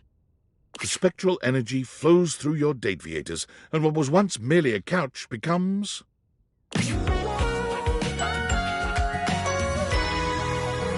Oh, wow! Koa looks over his body, marveling at the size and strength of it. The words don't seem to come. He looks to you, opening and closing his mouth a few times before just shrugging. There's so much this body can do. So many naps I could take in so many different places. Koa's smile is as sweet as ever, but his tone sends a shock of heat through you. Why do you think I nap so much? I save my energy for the things that matter. Koa's comforting presence is remarkable in any other space, but when it's only the two of you, it becomes something otherworldly. He takes his time with you, allowing you to dictate the pace and intensity of your lovemaking. Koa's relaxed persona remains, but as a lover, he's as strong and steady as the waves pounding the shore. Considerate to the end, Koa ensures you're entirely satisfied before he allows sleep to overtake him in the aftermath. Koa's long-held dream of napping in all sorts of different places leads him to purchase a furniture store, complete with a massive warehouse. When you ask him where he found the funds for such an expensive undertaking, he cheerfully informs you that he's been saving the spare change that fell into his cushions for many, many years. You wouldn't believe how much money people drop into their couch cushions over the years. Thanks to your generous donations, I'm gonna make my dreams come true. What do you mean those weren't donations? A couch's understanding of property law differs from those of humans, and by way of an apology, Koa grants you free furniture for life, and every piece comes with a special Koa comfort guarantee.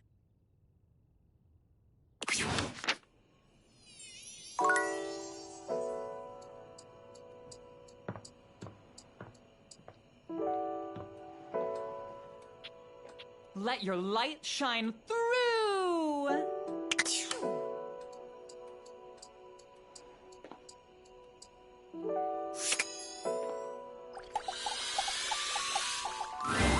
What do you say, friend?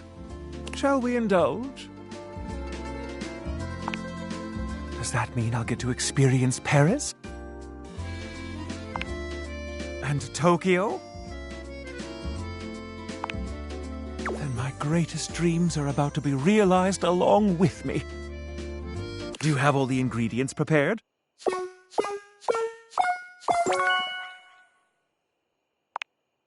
Mitchell, bon appétit. The spectral energy flows through your Dateviators, and what was once merely food becomes Do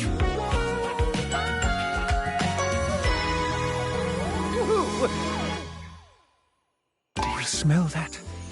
The alluring scent of truffle. The captivating aroma of a far-off Stilton. All these years of honing my senses, and now I need only do what the other great critics have done. Eat myself. Mitchell takes a great handful of food from the fridge in what appears to be the indiscriminate gesticulations of one not accustomed to eating. Peanut butter, tomato, vinegar, even baking soda all go down his newly formed throat. I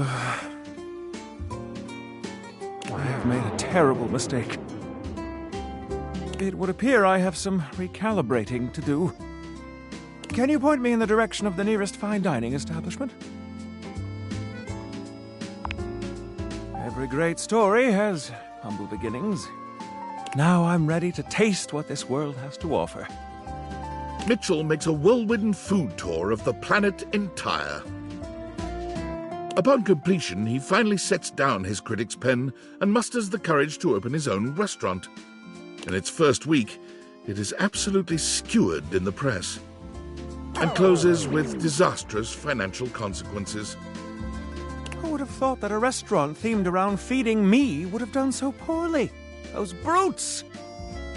Mitchell hurriedly takes up his pen once more and becomes a much respected and feared critic. Of critics. Cotswold's review was sloppy, importune, inarticulate, and generally unpalatable. I won't be frequenting his column very much, I'm afraid. You should do the same. With his unique food's eye view perspective of culinary analysis, he finally finds the respect he so desperately hungered for.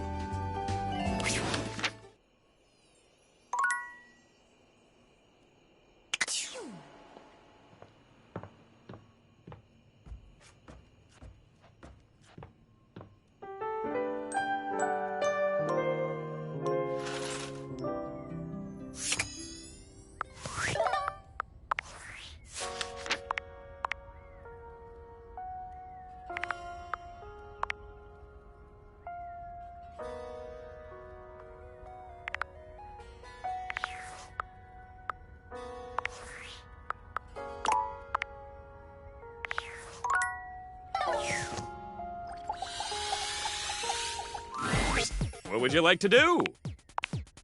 I'll take those homemade 1, 2, 3. You got the with this, all of your if you collect 100 common boots of true present. Good luck pulling. What would you like to do?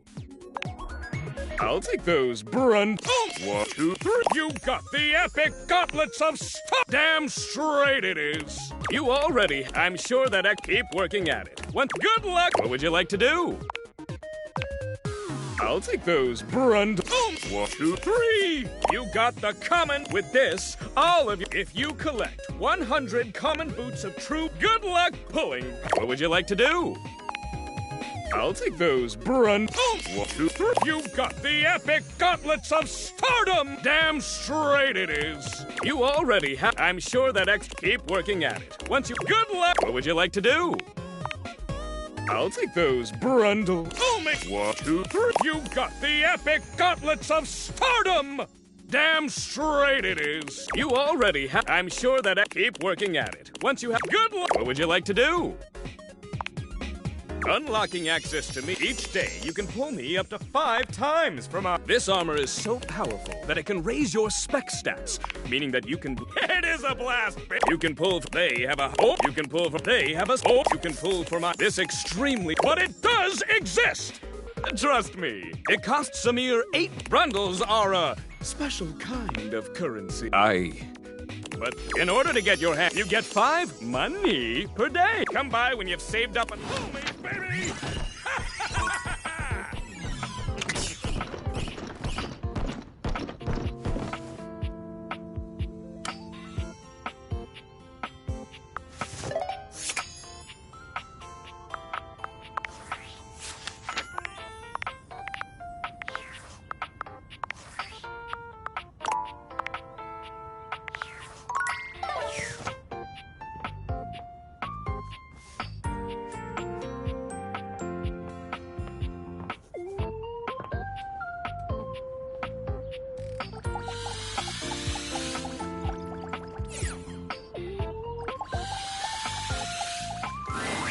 Dear friend, I am absolutely swamped with all my preparations.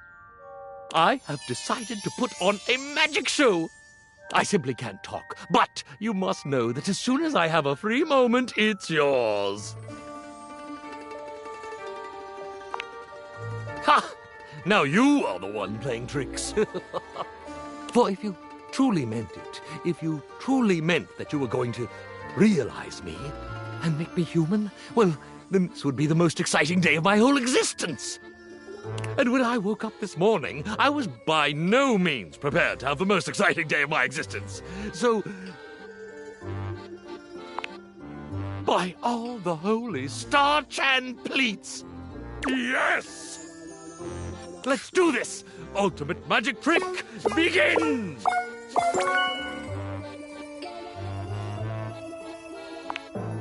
Abracadabra!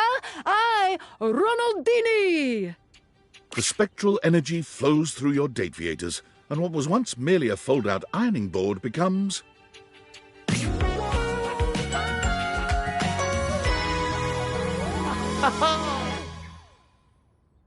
I, Ronaldini, the single greatest magician, writer, Canadian alive! I, Ronaldini, departed the next morning with his literal bag of tricks as the sun broke over the horizon. A magician by trade and in his heart, I, Ronaldini, sought out the real-life equivalent of his magicking roots. But unfortunately, he quickly proved to be rather clumsy as a human. So he got himself a job in a high-end magic shop with a secret back room where he learned about real mysticism and the real occult. Naturally, his interest was instantly piqued, and he thought, at last, I have found the calling of my new life! Oh dear, he thought so. But he proved to have very little skill as a true occultist either. I, Ronaldini, became despondent. If I cannot be a true magician, and I cannot even pursue the mysteries of the occult, what is there for me? My God, what am I? What shall I do? One cold and rainy Tuesday afternoon, as he depressedly restocked the shelves in the magic shop, one of the true occultists entered in a terrifically rumpled blue velvet cape. Almost without thinking, he slipped it from her shoulders. His fingers seemed miraculously to regain some of their former dexterity, and it was merely the work of a moment for I, Ronaldini, to make that cape look new. Better than new. It looked splendid. And that's when he finally realized it. This was it. By the very next week, Ron was prepared to launch his company, Magiflat. I sell complete magical clothing press kits that will make even the most delicate or complex fabric shine like new. You want to look your best? Then you use the best.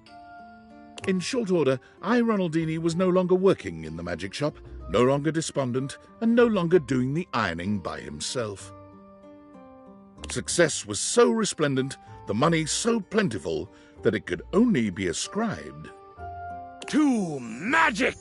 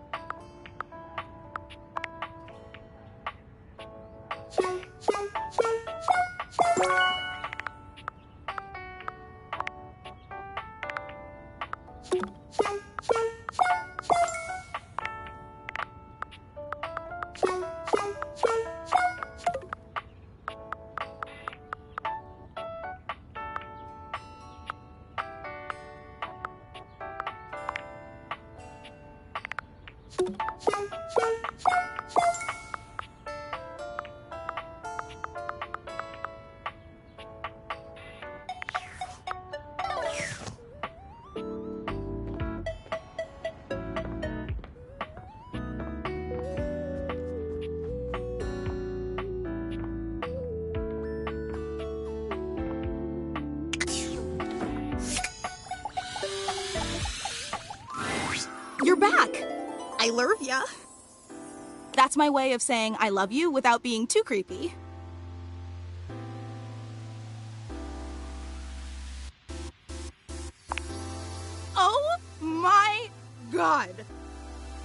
This absolutely cannot be real. This cannot be happening right now. Somebody pinch me. If I'm not bleeding, you're not pinching hard enough. Can you really do it?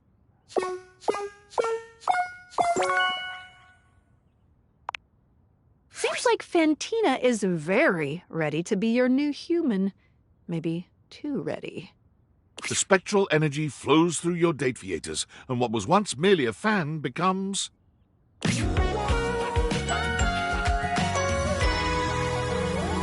my god! Fantina's eyes are wide as she inspects her new body, but her wonder is cut short when she meets your gaze. She almost seems surprised to see you. Whoa! You're here. You're so... human. Fantina's normally happy demeanor begins to change. Yeah. You just have all those... things.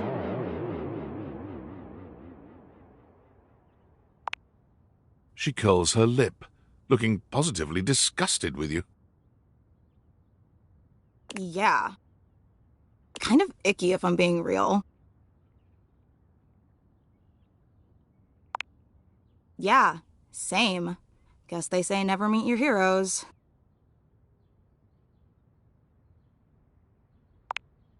And so, with a veritable buffet of options to gorge herself on, Fantina set out to find her place among what she considered the most promising fandoms. She tried being a band groupie, a Discord mod, a Datreon subscriber. But nothing gave her the same heady satisfaction as the simple positivity of cheering someone on for being themselves. That is, until she found out about actual cheerleading. Woo? Who? And again, in typical Fantina fashion, her first day on the field found her having trouble focusing on the task at hand. Go team! Go other team! Go concession staff! Go people eating hot dogs!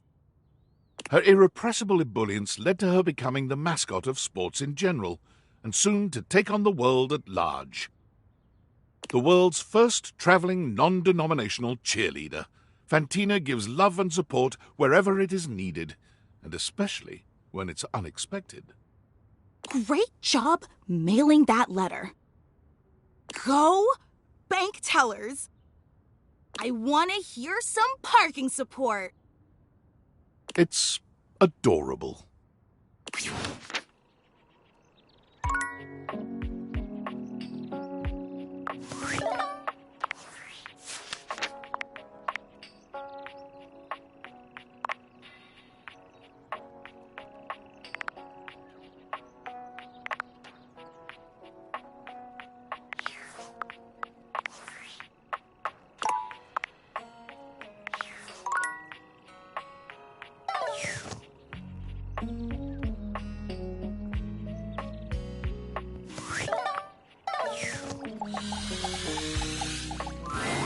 So soon?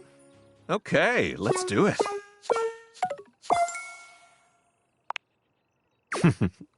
Bask away.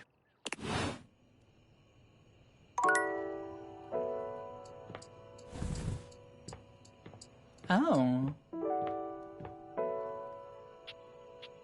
Let your light shine through!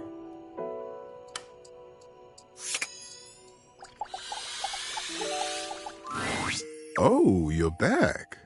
My goodness, what a sensation. I've missed you more this time than last time. Who would have thought that I could love you more? Would you like to hear another story? Really? Oh. Oh my. Well, I've been waiting for this longer than I could even say. And you're ready? I mean, you have everything you need. Don't you worry about it a bit. Go on ahead and collect what you need. I'll be right here when you're ready. Just like always, buddy.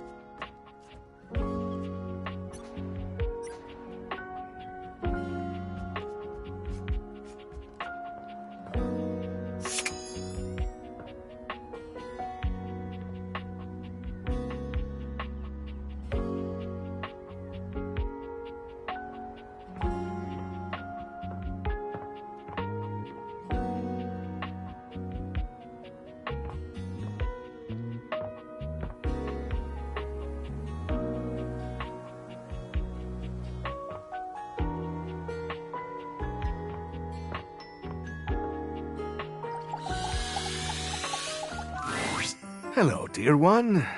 How are you today? May I pamper you with a candy? Or can I indulge your sweet tooth in another way? And I, my love, am open to being realized. Do you have the proper keys?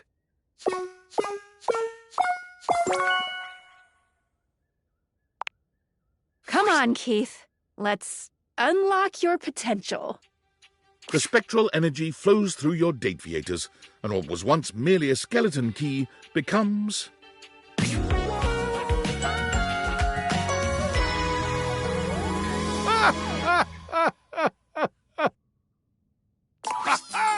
Let's fucking party, carajo!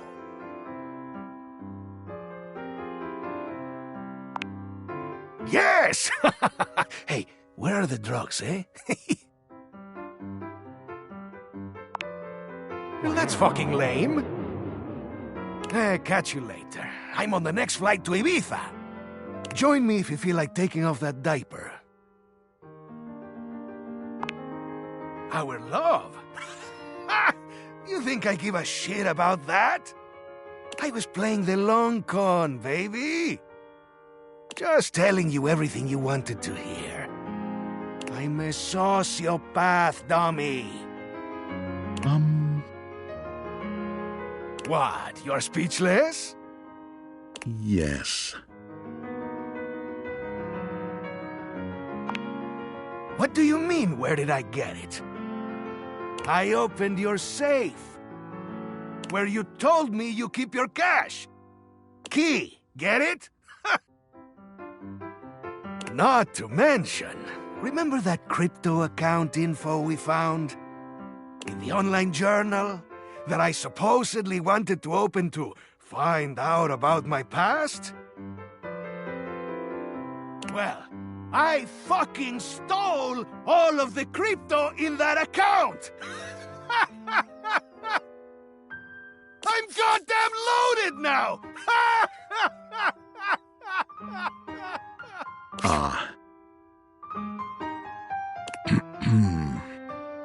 Well, Keith did indeed get on the next plane to Ibiza, which happened to be full of missionaries of the Church of Latter-day Saints. After being caught consuming a certain unnamed substance in the bathroom through an unnamed orifice, a heated argument broke out between him and the flight crew. Keith's last words were, "See you on the other side of the moon, lunch ladies!" before exiting the plane via the emergency door at 30,000 feet. I'm sorry. This should be the only one like this. I promise.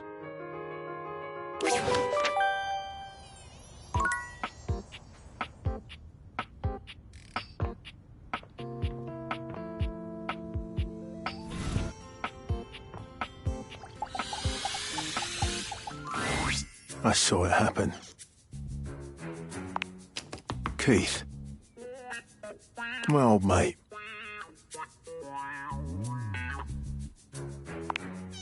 Goes to show that sometimes friends aren't what you believe them to be. I'll have to think about this. I have to be more solid, more foundationally secure in who I attach myself to. You don't have any wayward plans, do you?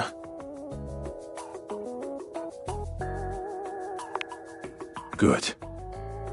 Thank you. I'll see you around.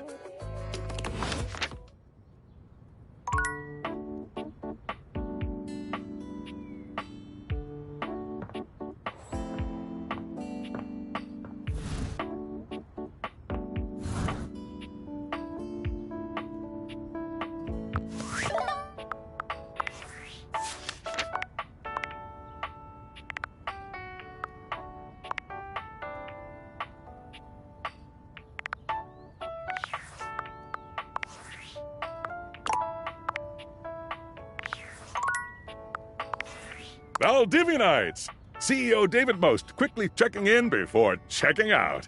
That's right, team. I finally finished my mandatory recovery program. They said they'd never seen anyone more sober in their entire lives. So chalk up one more thing I'm the most of. Get it? Because of my name. CEO David Most. And it looks like I'm arriving back not a moment too soon.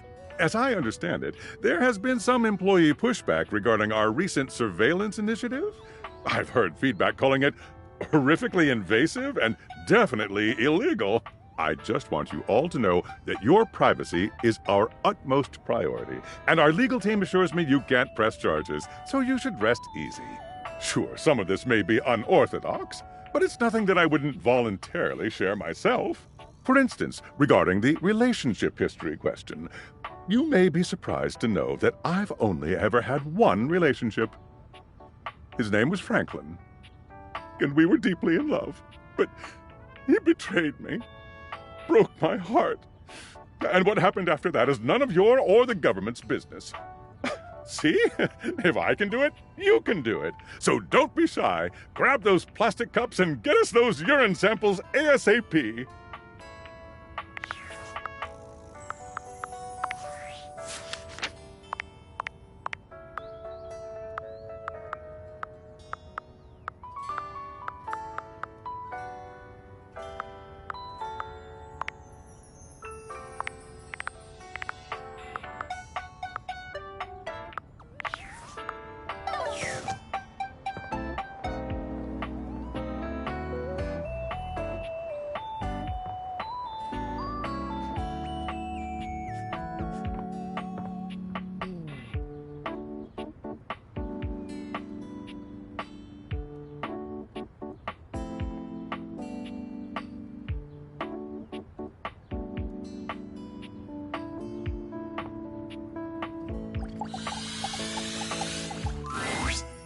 Holy crit, you look fantastic today. I've been thinking about you. Maybe we can get into some fun later? I'd love to play a game with you. Don't worry, I'd never play with your heart.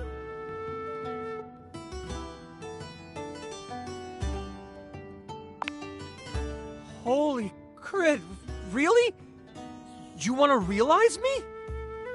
That's outstanding! Huh. In all my roles, I never thought I would have a real adventure. I take it you have the required stat allocation? Chance, let's start your next campaign. The spectral energy flows through your Dateviators, and what was once merely a 20-sided die becomes...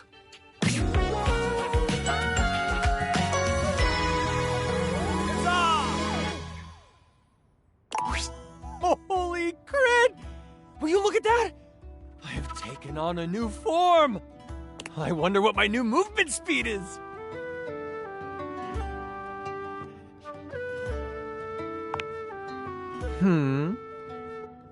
You automatically succeed that check. You have yourself a very willing creature here. Wait, I want to roll a couple things. A 9 and a 6. I think we can make those numbers work. And you do. As you would imagine, Chance is ready to go with any roleplay you might fancy. And the voices. Oh, the voices. Chance vowed to keep the love of G&G alive, and he went out LFG. Upon entering human society, he noticed something peculiar. There were children who did not know the joy of creating worlds and working out the complexities of life through play. There were adults who were stuck in their own misfortunes, but didn't have the tools of imagination to work through them. It seems I have a quest of my own. Chance quickly enrolled in classes for psychology, literature, and creative writing, building up his stats with one mission in mind. After graduating with a few certifications, he opened up his table again to those who seek adventure. Except this time, he used the game of G&G to help those who have experienced hardship process and grow from their experiences. He went on to create the largest tabletop therapy clinic in the city. Please, sit down. This is a safe space. Now, how do you want to do this? Many entered his doors, and all left feeling a little lighter, a little braver, and just a bit more critical. We've got 50 realized data balls. 50. Oh, the house is starting to feel a little empty. But the outside world is already starting to feel a whole lot brighter with everyone running around out there.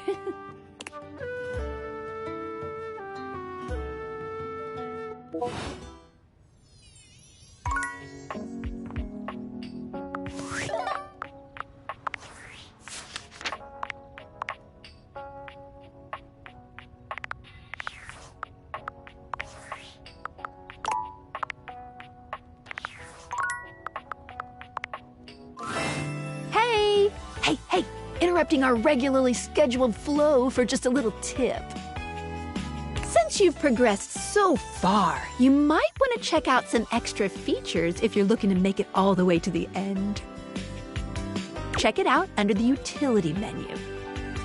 Don't want to add tedium to your nice little dating sim. Okay, back to it. Welcome! What can I do for you in my main menu? Let's. There's lots I can chat about. Me? Yes, for you, always. What do you want to know about my lore? When a dateable object falls in love with you, it might speak to you in terms of what a human might think of as sex. It's not. It's more that your two consciousnesses are intertwining in the vibrational ether caused by the focus of my lenses. Basically, you're not having sex with your furniture. Well, until you realize them, then you can do whatever freaky stuff you want.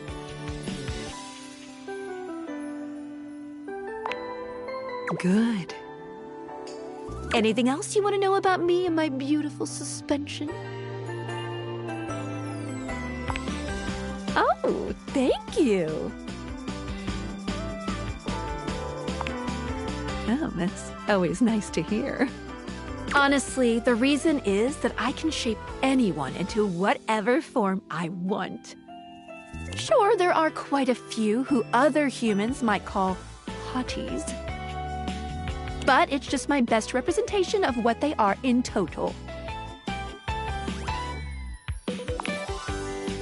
Yeah, hair flip, it's true. And I think I have a very good artistic eye. You're welcome. Anything else you want to know about me and my beautiful suspension?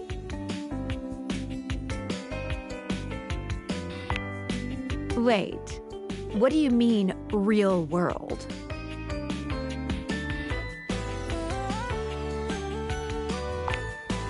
Huh.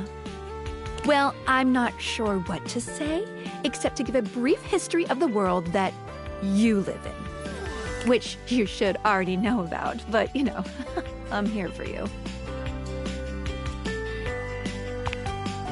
Humans love objects. Always have. But even more so in today's hyper-commercialized society. Recently, TV shows, books, and ordinary brand names have been making the switch to incorporating a focus on making products and entertainment more thing-based in order to drive up sales. And you might even recognize some historical names with some objects added to them. All for brand potential. The more things in the world, the more things to love. Right? Anything else you want to know about me and my beautiful suspension?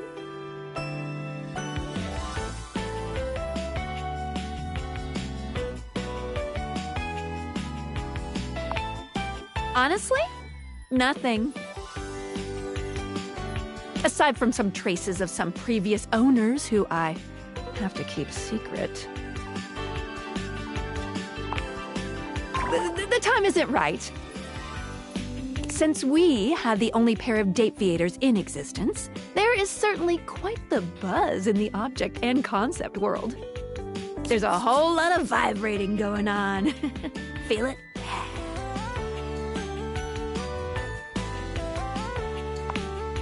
They are always aware of their other forms in other places for sure. But that doesn't mean that the ones in this house are any less or more conscious. A table leg never forgets, no matter where it is. Anything else you want to know about me and my beautiful suspension? Yes, each object is the same from all corners of the universe. Once the form of each object took shape, say microwave, the animus of its carrier was born. Luke Nukem, as you know. There might be deviations between ones around the world, but once the metal and circuits become a microwave, it then vibrates along Luke's very own wavelength.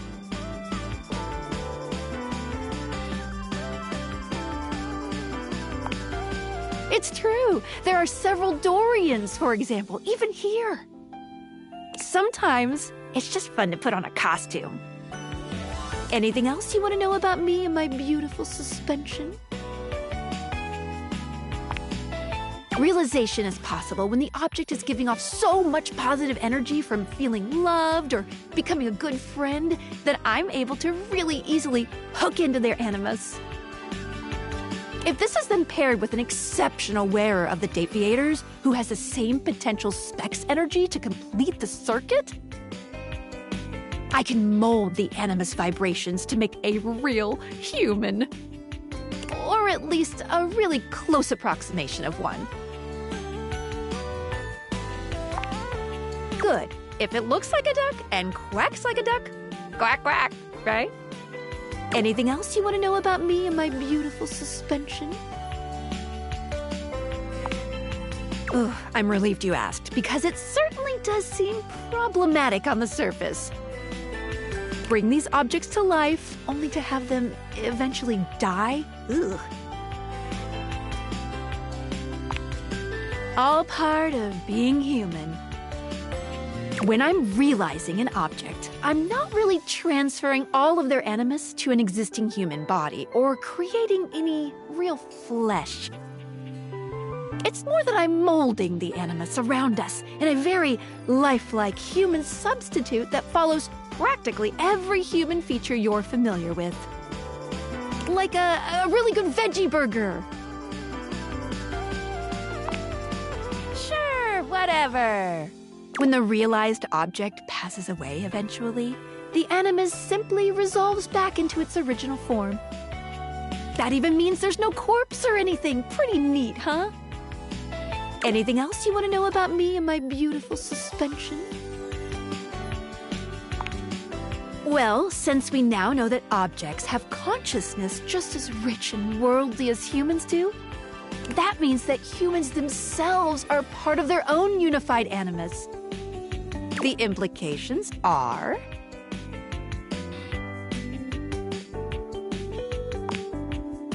Ooh, that's an interesting interpretation, huh?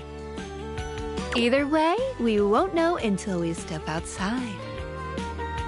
Anything else you want to know about me and my beautiful suspension? That's all I got for now. Thanks for your curiosity.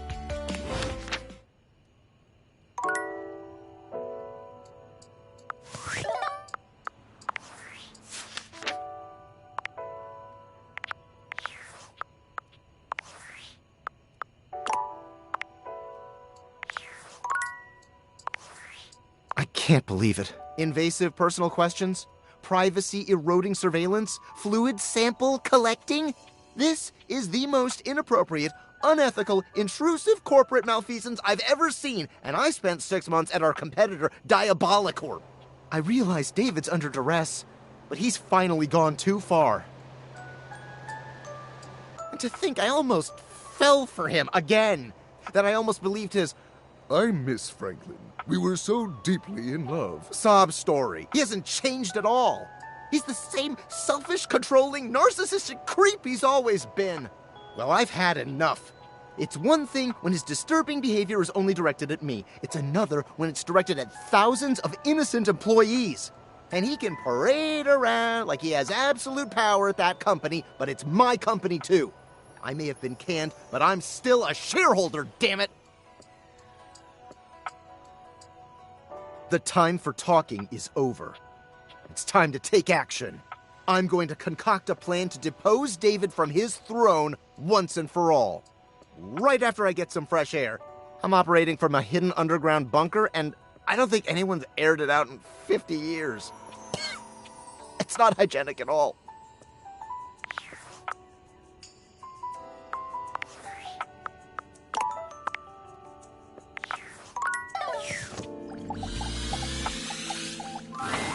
Ow! Oh, the light of day! It sears into my pasty skin! Oh, hey there, my fellow connoisseur of forgotten objects. Feel free to browse my collection at any time. Just maybe knock before you blind me next time. Mind the roaches and the smell.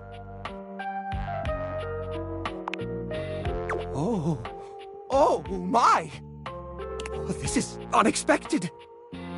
If I turn human, I'm gonna have to find a new place to hold my collection. Whoa.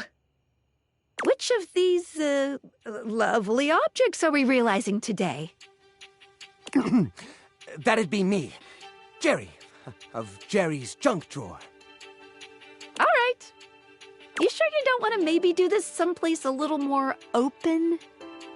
I find I'm most comfortable in uncomfortable spaces. Suit yourself, man. And from this moment on, I mean that literally. The spectral energy flows through your Dateviators, and what was once merely a junk drawer becomes...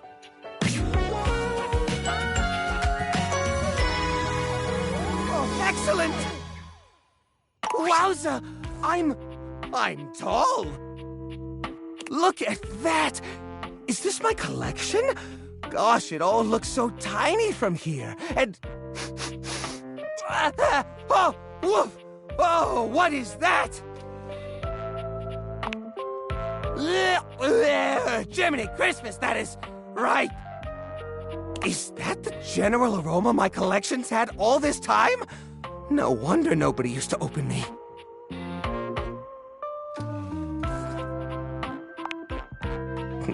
Goodness. Well, I'm glad you like it, but I can't imagine the appeal is universal. Ah! Oh! Jumpin' Jehoshaphat, that's smart! Ah! I've banged my leg against the exhibits more times than I can count, but it's never felt like that. It's making me nervous, all right. Oh, the textures, the smells. It's overwhelming. I don't mean to sound rude, but might it be possible to go back to being a drawer? Sorry, pal. That's a one-way ticket. What?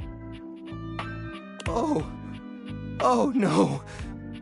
Well, I guess it doesn't matter. Even if I could turn back, I'd always know the terrible truth. The truth that I'm stingy.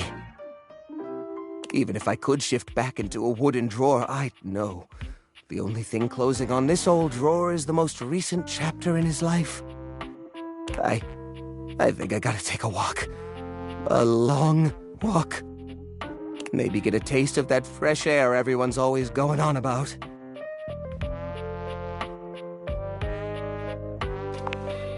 It appears quickly that the soft caress of skin, however, is not among his dislikes. The two of you creep closer and closer. His fingers run through your hair. He feels your breath on his neck, and as he becomes familiar with the sensation of warmth, he must admit there are parts of humanity he really, truly loves. Intertwined together, you find yourself spending hours basking in the morning sunlight. Ever a collector at heart, he finds it difficult to let you go.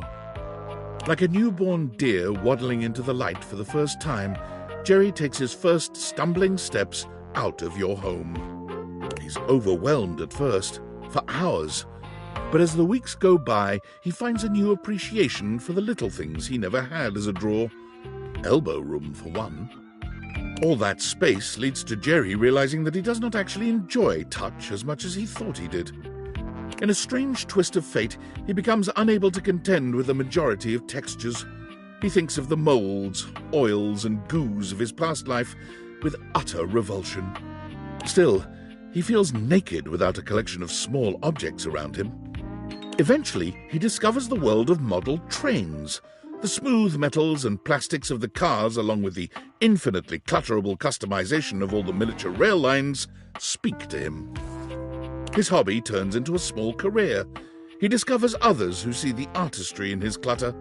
For the first time in his life, he truly thrives.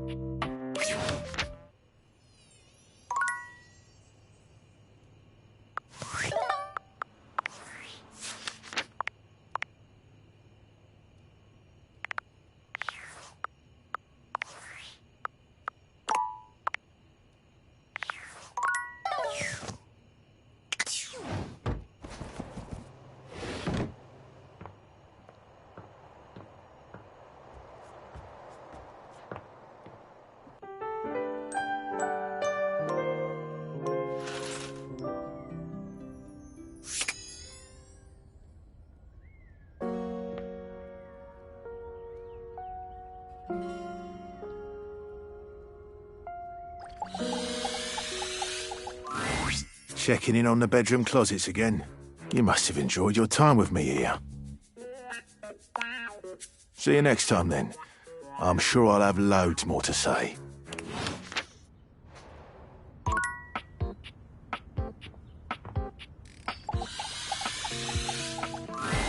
What would you like to do? I'll take those, bro. You got the... With this, if you collect 100 common boots of true good luck pulling, what would you like to do? I'll take those, bro.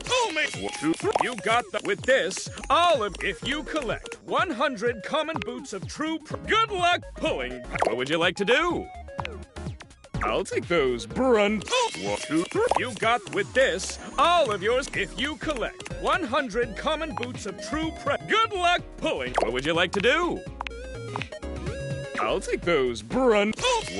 You got with this, all of yours, if you collect 100 common boots of true present. Good luck pulling. What would you like to do? I'll take those, brunt. You got the... With this, if you collect 100 common boots of true presents, you can... I just like to be there for the... What would you like to do?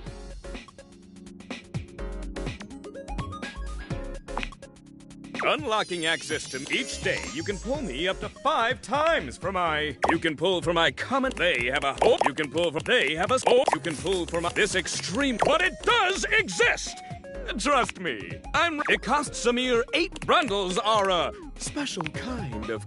Good question. In order to get your... You get 5 money per day. So come by when you've saved up enough money, baby!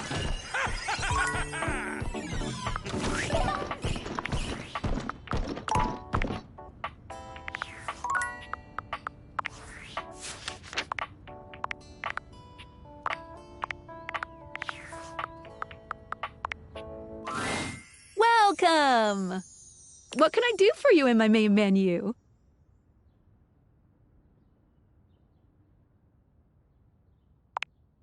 Right this way.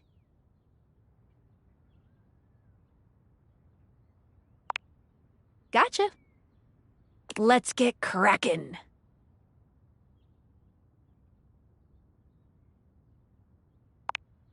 Let's leave this menu and go to another one. What can I do for you in my main menu? Right this way. What's on your mind? Cool. What can I do for you in my main menu? Oh, let's. There's lots I can chat about. Me? Relationships? My favorite subject. What do you want to know? Of course I do, silly. Let's go back up a menu. It's the chat menu. What do you need? Yes, for you. What do you want to know about my lore? That's all I got for now. Thanks.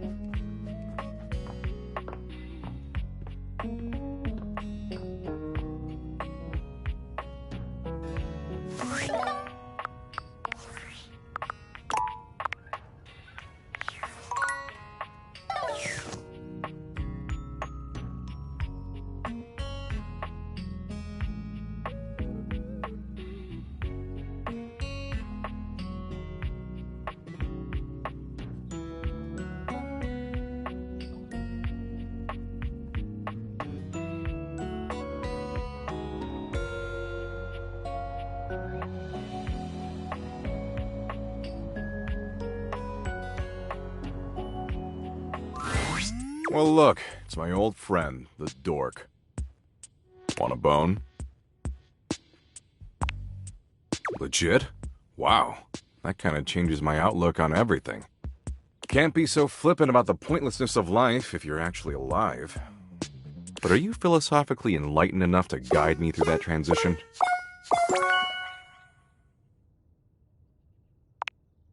Okay, Doug. Let's see if we can get you a better drawn face. The spectral energy flows through your date theaters, and what was once merely existential dread becomes...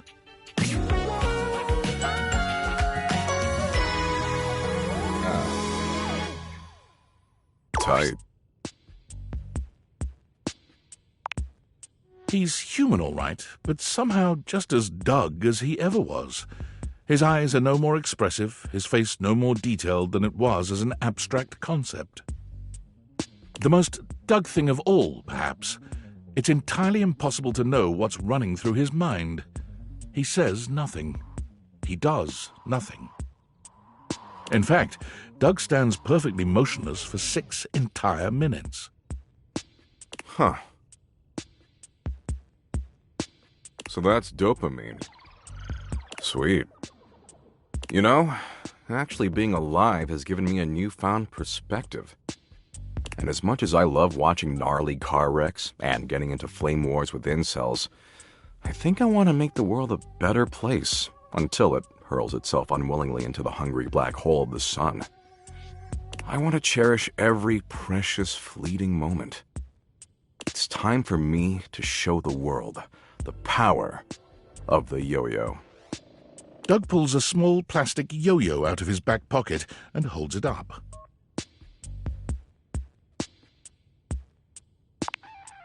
You couldn't even if you wanted to, baby. The yo-yo is the ultimate representation of the cyclical nature of the universe. Life, death, rebirth, all moving towards a final entropic state of persistent rest. And it's got flashing lights. Apparently, the yo-yo that Doug had kept in the back pockets of his ripped jeans all this time had been put to good use over the millennia, because he was an absolutely stellar performer. His act travelled the world and distracted humans from their eventual demise for fleeting moments. That is, until his flashing yo-yo came to a stop at the end of his act, and he said his trademark phrase. You're gonna fucking die, bitches.